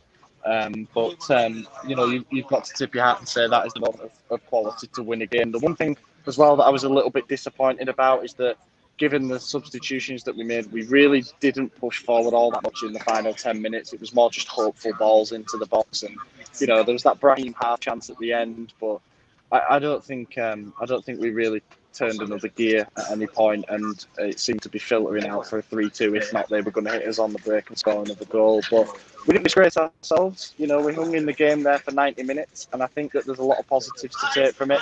Pioli and the players will learn a lot from an experience like that in front of a very hostile crowd. And the other result is good for us. A 0-0 draw is good. And let's hope that we can take the positives from that and build on the momentum and get a positive result on Sunday. Thank you very much, lads. Hey, thank you for being here, man. Forza Sempre Milan. Hey, guys, watch out for Ollie's articles on Sempre Milan. They're always great, so keep an eye for them. Thank you, Ollie. I really appreciate it. He's already writing the article, guys. No, I'm kidding. Okay. He's a bit upset. I'm upset as well. Lars, I have a question for you. Go for I have a question. Can you see the screen? Yeah, I can see the screen.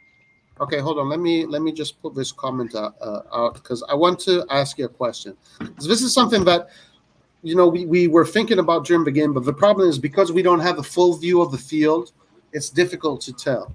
But a lot of the time, what we saw on the screen was pretty much that when Milan had the ball starting from the back, Liverpool had this very tight line of 5 in the midfield, and it was pretty much 2 versus 5. But we couldn't see what was happening on the other side of this 5. And it looks like that Kessie and Benacer really struggled to find the balls in through the channels, these vertical passes. They really struggled to find the vertical passes. What is your opinion on that? So my opinion is that they were really good at creating superiority in the middle of the park because they were at home. So they were chilled, they were relaxed. There was something, they've done it before. They didn't fear us, so they did their game. And what I realized is that when Salah had the ball, he was going wide and Trent was going inside. Or when Salah was going in and cutting in, Trent was going wide. So Theo Hernandez was always 2 against 1. So that's why I say when you get a 2-1, you just add another defender in the middle. So actually you can have Theo and Tomori dealing with Salah and Trent. And Romagnoli is in the middle and Kier is on the right. And Kier does the same with Calabria on the other side. And at least you try to get the result, to win a 2-1, and if you concede, you concede later. You don't concede so quick because we had a lot of spaces in the middle between the 2 center back and Theo and the midfield. As you say, they had a lot of space in the middle. Putting another defender would add more. How can I say? There's more crowded, so harder. You need more quality, more fast thinking, and it's hard for everyone to do that. And at least you had Theo more free to actually push on the left and Calabria on the right as well to push more. So do you think that Pioli didn't do a good job today? I mean, he could have done a better job. Like tactically, Pioli did not read the game properly. I would say not reading the game properly. I think he trusts too much his players. He didn't know how much they can suffer at the beginning of the second half. He thought maybe I can handle it for another 10 minutes. So it's more like not being not prepared for this competition, still not yet. Or at least, as I said, the crowd, the vibe, everything. It's really hard to think quick and to think properly.